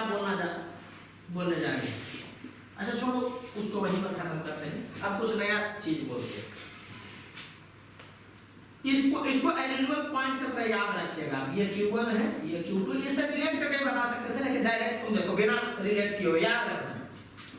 ये Q3 जैसे कि पढ़ते थे हम लोग कोलम्स में, तो वैसे यहाँ Qn है। फिर देखना, फिर तुमको एकदम दिक्कत होगा, ये लास्ट है, उसके बाद फिर क्या होगा कि स्मूथ हो जाएगा। समझना कहाँ कहाँ बच्चों को दिक्कत होता है। यहाँ से दो बहुत इंपॉर्टेंट पॉइंट निकलेगा, उसको ध्यान रखिएगा। आपको इस जगह पर इलेक्ट्रिक फील्ड चाहिए, तो इस जगह पर इलेक्ट्रिक फील्ड कुछ कर ऐसे करते, तो इस जगह पर नेट इलेक्ट्रिक फील्ड कितना होगा, तो इसके कारण जो होगा, इसके कारण जो होगा, इसके कारण जो होगा, इसके कारण जो होगा, उसका रिजल्टेंट लेंगे, इसमें तो कोई दिक्कत नहीं।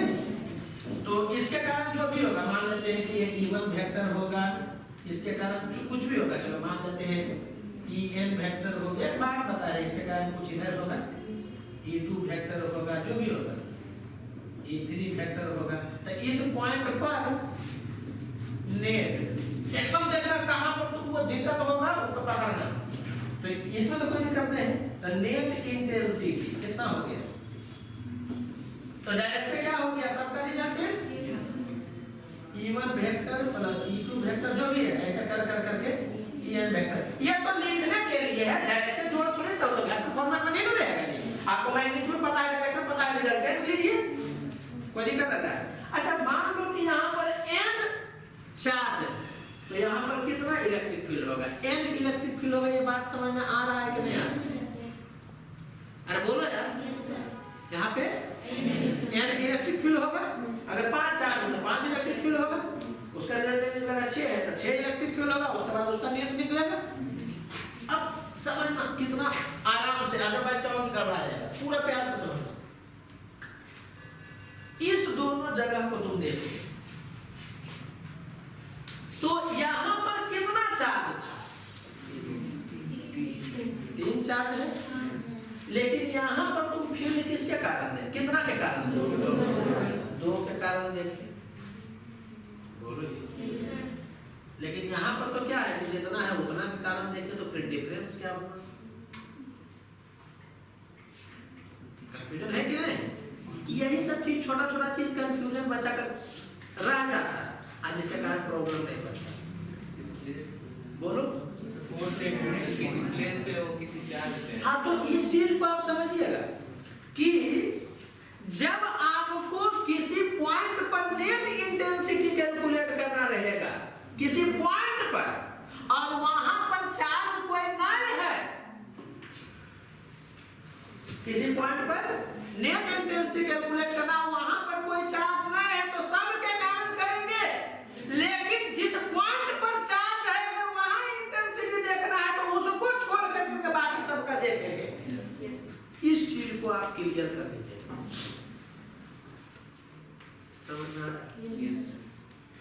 जिस पॉइंट पर आप इलेक्ट्रिक फील्ड कैलकुलेट करना चाह रहे हैं, देखिए कि वहां पर चार्ज है कि नहीं। अगर वहां नहीं है, तो जो है सबके कारण कैलकुलेट करेंगे, और जहां कैलकुलेट करना चाह रहे हैं अपने इंटरेस्ट, वहां पर कोई चार्ज है, पॉइंट चार्ज है, तो उस पॉइंट चार्ज को छोड़ देते हैं, बाकी के कारण कैलकुलेट करते हैं। ये समझ में आ रहा है क्या बोल रहे हैं? तो इस चीज को ध्यान आप दीजिएगा। इस दोनों से वही बोला कि इससे भी हम कुछ बता सकते हैं, लेकिन आप डायरेक्ट देख लो। तो यहाँ पर जब आप इलेक्ट्रिक फील्ड निकाल रहे हैं, तो यहाँ पर देख रहे हैं, यहाँ पर चार्ज ना है जी, तो इस चार्ज के कारण इलेक्ट्रिक फील्ड नहीं देखेंगे, बाकी के कारण देखेंगे। और इस जगह पर अगर इलेक्ट्रिक फील्ड आप निकाल रहे हैं, तो क्या यहाँ पर कोई चार्ज है? नहीं, तो क्या होगा कि बाकी के कारण देखें तो सब इंक्लूड हो गया। मतलब overall point two the point अगर बात करिए, तो ये बोल सकते हैं कि जिस पॉइंट पर आप इलेक्ट्रिक फील्ड कैलकुलेट कर रहे हैं, जिस पॉइंट पर आप इलेक्ट्रिक फील्ड कैलकुलेट कर रहे हैं, उस पॉइंट पर इलेक्ट्रिक फील्ड केवल उसी के कारण नहीं होगा, बाकी सब के कारण होगा। समझ आ रहा है कि नहीं? तो इस पॉइंट पर इलेक्ट्रिक फील्ड अगर कैलकुलेट आप कर रहे हैं, तो इस पॉइंट पर जो चार्ज होगा केवल उसी के कारण नहीं देखना है, बाकी के कारण देखना है। तो यहाँ पर कोई है नहीं, तो सब के कारण हो गया। इस पॉइंट पर अगर क्या आप इलेक्ट्रिक फील्ड कैलकुलेट करना चाह रहे हैं तो इस पॉइंट पर जो चार्ज है उसको छोड़ करके क्या आप देखिए। अच्छा यहाँ पर अगर इलेक्ट्रिक फील्ड कैलकुलेट करना रहेगा तो बताइए तो किसके किसके कारण देखिएगा, तीनों के कारण कि केवल ये दोनों के कारण, केवल उस दोनों के कारण देखिएगा। यहाँ कैलकुलेट करना रहेगा तो इस दोनों कारण देखिएगा, यहाँ कैलकुलेट करना रहेगा तो सबके कारण देखिएगा। उसका एक्सप्लेनेशन दिया जाता है लेकिन उसका जरूरत आपको नहीं पता, केवल ध्यान रखिए। समझ आ रहा है कि वो फिर इंटरनेट लेवल में जा करके बताया जाता है। तो टू द पॉइंट एकदम याद रखिएगा छोटू ये सब, उसके बाद फिर आपको दिक्कत नहीं होगा। क्योंकि बच्चा को यही दिक्कत लगता है कि अरे कभी सब चार्ज के कारण कैलकुलेट करते हैं, कभी क्या है कि एक चार्ज छूट गया। तो ये कहानी क्लियर होना चाहिए आपको क्या कि जिस पॉइंट पर क्या इन्हें कैलकुलेट करना है, उस पॉइंट पर रखे चार्ज को छोड़कर बाकी सभी चार्ज के कारण इलेक्ट्रिक फील्ड शो करते हैं।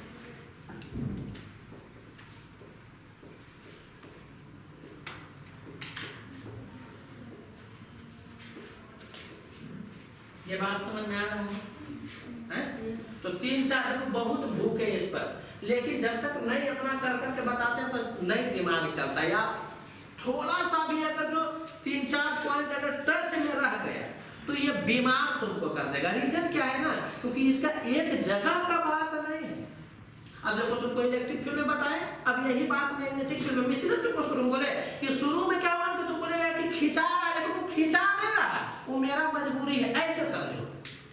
मैग्नेटिक फील्ड में तुम पढ़ोगे तो इस वायर पर अगर आपको फोर्स निकालना है या इस वायर पर फील्ड निकालना है तो इसको छोड़ करके सब वायर के कारण होगा। लेकिन किसी आर्बिट्ररी पॉइंट पर जहां पर कोई वायर नहीं तो वहां पर अगर मैग्नेटिक फील्ड निकालना है तो सब के कारण निकालना होगा। इस वायर पर अगर फोर्स निकालना है तो इसका फील्ड तो यहाँ नहीं देखेंगे, बाकी के फील्ड के कारण फोर्स निकालेंगे। अरे बोलो यार, तो ये क्लियर होना चाहिए। ये सब जगह का बात है, ये ग्रेविटेशन का भी बात है। इस मास पर फोर्स निकालना है तो इस मास के कारण यहाँ फील्ड नहीं देखेंगे, बाकी का कारण फील्ड देखेंगे, इस पर फोर्स कैलकुलेट करेंगे। किसी आर्बिट्ररी पॉइंट पर अगर फील्ड निकालना तो सब के कारण देखेंगे। इस मास पर इलेक्ट्रिक फील्ड निकालना है तो इसके कारण नहीं देखेंगे, बाकी के कारण देखेंगे। तो ये एकदम क्लियर कट दिखना चाहिए आपको। समझ आ रहा है कि नहीं? क्योंकि उलझन इसी सब में होता है, कब किसका लेना है इलेक्ट्रिक फील्ड, कब किसका नहीं लेना है। बाकी कुछ है जी, आप लोगों को पूछता ही क्या है। लेवल 2 में थोड़ा अच्छा भी पढ़ाया जाता है, आइडियल मास। लेवल 1 में क्या है, बस खाली कुछ पॉइंट आप याद रखिए। सच बात क्या है ना कि हम लोग 8 क्लास के 9 क्लास के बच्चों को बैठा देंगे ना तो ज्यादा अच्छा रिसीव करता। रीजन उसको बताया हुआ है कि समझना थोड़ा कम है, पहले पॉइंट तुम रख लो और उसके बाद क्या है कि फॉर्मूला बता दिया गया, डी क्रॉस लगभग सब क्वेश्चन बन जाएगा। कुछ क्वेश्चन फंसेगा तो वही तो लेवल 2 में होता, मेडिकल में नहीं फंसेगा, मेडिकल में था। अरे बात समझ में आ रहा है क्या बोलो? इसलिए लेवल 1 लेवल 2 करके किया जाता है। अरे बोलो यार, कोई दिक्कत लग रहा है तो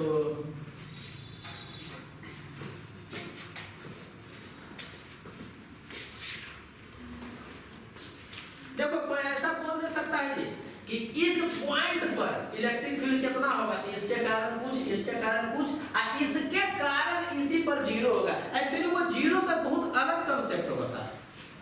वो होता है ना कि 0 डिस्टेंस रियलिटी में एग्जिस्ट नहीं करता है। तुम इसको सटा दिए, तुम बोलते हो कि नहीं 0 डिस्टेंस। 0 डिस्टेंस रियलिटी में एग्जिस्ट नहीं करता। न्यूक्लियस का भी कुछ साइज है, तो 0 डिस्टेंस का मतलब दो के बीच में 0 डिस्टेंस ला दिए इसका मतलब दोनों के न्यूक्लियस को घुसा करके तुम सटा दिए। आज जो नहीं होता है, समझ में आया क्या बोल रहे हैं? अरे बोलो यार। तो इस चीज को समझिएगा कि हम इसको और डीपली बता सकते हैं, लेकिन उसको नहीं जानने की जरूरत है। तो 3 पॉइंट फाइनली जो बोले, आज के क्लास में बहुत कम पढ़ाया हुआ, भूखे ज्यादा, लेकिन अगला क्लास से क्या होगा कि एज यूजुअल चलेगा। ठीक है, पूरा एक बार लिखाना स्टार्ट करेंगे फॉर्मूला, फिर बता रहे इलेक्ट्रिक फील्ड का तो लिखाएंगे, पोटेंशियल का भी लिखाएंगे, जो बाद में पढ़ाना है। तुमको सीधे रट जाना है कि इलेक्ट्रिक फील्ड का ये होता है, पोटेंशियल काहे होता है, इलेक्ट्रिक फील्ड का इतना जानने की जरूरत नहीं, इतना होता है, इसको कैसे कैसे अप्लाई करते हैं ये जानना। समझ आ रहा है कि नहीं? बस काम खत्म हो जाए पहले लेवल। तो 2-3 पॉइंट जो क्लियर कट हम लोगों को कर लेना है।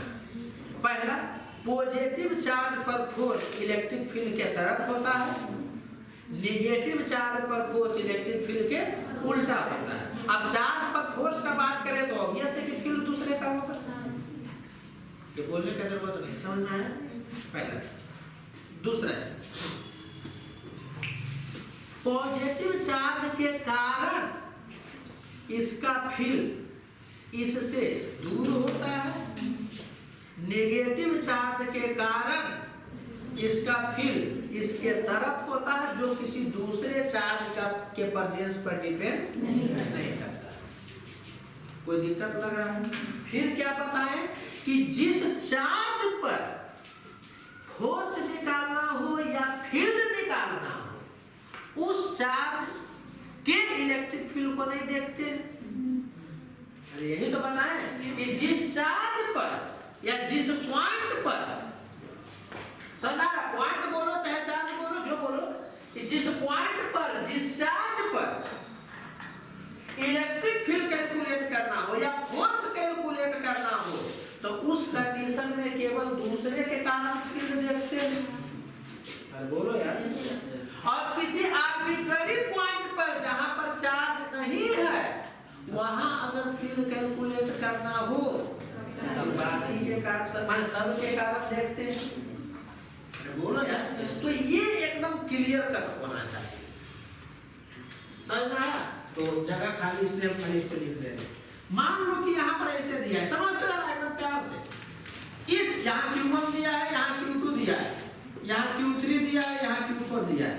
इस पॉइंट पर बताओ तो फील्ड किसके किसके कारण होगा?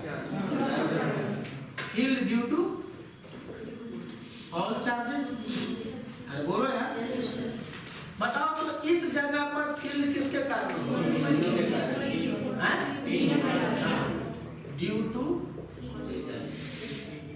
All charges except due to. कोई दिक्कत लग रहा है? अच्छा, इस बात को नोट कर, हम एकदम चार्ज पर का बात कर रहे हैं, चार्ज से थोड़ा सा नजदीक, मैंने थोड़े से दूरी पर का बात नहीं कर रहे। फिर आगे तुम पढ़ोगे, समझना। ये Q1 है और ये क्या है? Q2 है। तो अगर एकदम Q2 पर देखना होगा, एकदम Q2 पर, तो केवल Q1 के कारण नहीं समझ आया। लेकिन अगर Q2 से जस्ट सटे हुए में, एकदम जस्ट सटे हुए में देखोगे, तो Q1 के कारण भी होगा, Q2 के कारण भी होगा, और Q2 के कारण पढ़ोगे इतना ज्यादा हो जाता है कि Q1 को भुला जाते हैं। तो कंफ्यूज नहीं होना। Q2 पर तुम देखोगे, एकदम Q2 पर, तो केवल Q1 के कारण। लेकिन Q2 से जस्ट नजदीक में तुम अगर देखना चाहोगे, तो दोनों के कारण होगा, और ऐसा सिचुएशन बनेगा कि Q2 का इतना ज्यादा हो जाएगा कि Q1 को भी भुला जाएगा। समझ में आया क्या बोल रहे हैं? तो इस दोनों में फर्क तुम करना, क्योंकि होता क्या है ना कि आगे पढ़ोगे कि जस्ट नजदीक में देखोगे तो इसके कारण इनफाइनाइट हो जाएगा, ऐसे कारण कुछ फाइनाइट होगा तो उसके सामने इसका कुछ रहेगा ही, तो केवल Q2 ही डिसाइड कर देता है। जस्ट बदलो। क्लियर हुआ? तो ये पॉइंट को अगर आप दिमाग में सेट कर लेते हैं, तो फिर क्या होगा कि एकदम मजा आने लगेगा, एकदम मजा आएगा। समझ रहा है? इतना अच्छा से हम नहीं, मतलब ऑफलाइन वाले में क्या होता है, वीडियो अगर नहीं बनता तो हम इसी पॉइंट को बताते, लेकिन पूरा एकदम खोद के नहीं बताते, बोलते ऐसे करना, ऐसे करना, ऐसे करना। समझ आ रहा है कि नहीं? अब आराम से बताते इतना ही लिख के देखो, इसको क्या करते हैं कि बाद में एक्सप्लेन करते हैं। अभी इसमें एक्सप्लेन कर रहे हैं कि आप ये समझिए कि क्या क्या कंडीशन हो सकता है। समझ में आया? एकदम Q2 पर देखना होगा तो Q2 को छोड़ देते, अब वो लिख के देगा एकदम में Q2 पर, ऐसे लिख के देगा, वो सीधे बोलेगा ऑन Q2 तो समझ जाता है कि एकदम उसी पर। On the vicinity of Q2, तब हो गया Q2 के जस्ट नजदीक है। और उस सिचुएशन में तुम देखो कि है सब के कारण, लेकिन किसी का कोई मूल नहीं रह गया, Q2 का ही इतना ज्यादा हो गया। ये बात समझ में आ रहा है?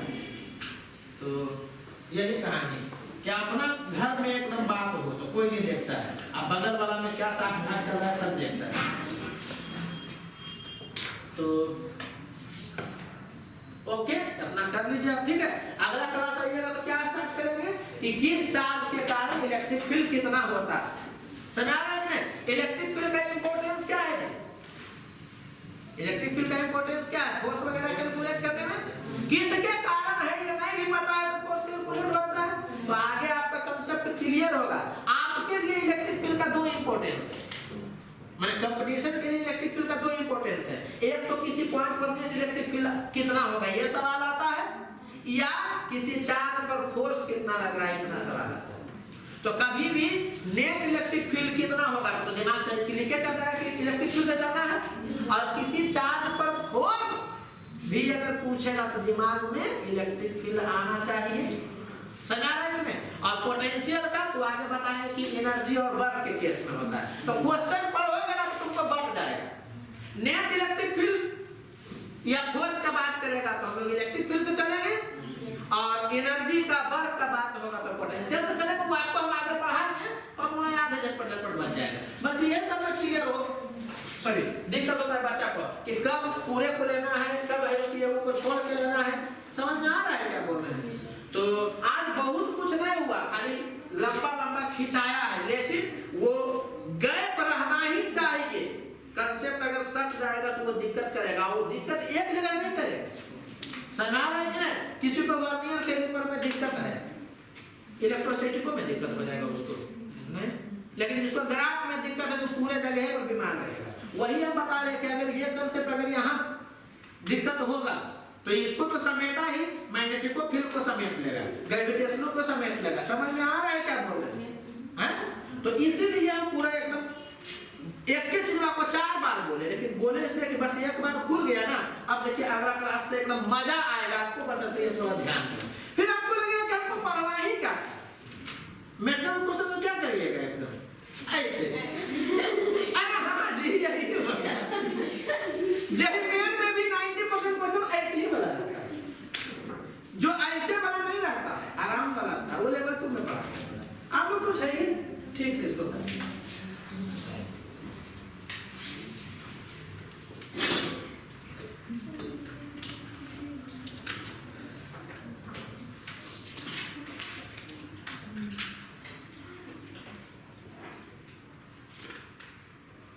तो इसको लिख लीजिएगा ये कि at the vicinity of, vicinity नहीं बोला था क्या? तुम ऐसा बोले, अरे भाई तुम लोग ऐसे बोल वाले ना हो, बोलते हो तो डर लग जाता है। मैंगो भी बोलो तो हम बोले MNGO, ऐसे होता है। At the vicinity of Q2, E vector किस पर डिपेंड करेगा बताओ तो? बोथ Q1 है Q2 सबके कारण एकदम उसी पर है, तो सबके कारण। हाँ बाद में ये अलग बात है कि पता चलेगा कि इसके कारण जस्ट नजदीक में इतना ज्यादा हो जाता है, इतना ज्यादा हो जाता है कि फिर इन दोनों का नेट भी इसी के बराबर हो जाता है। समझ आ रहा है कि नहीं? तो वो हम लोग देखेंगे।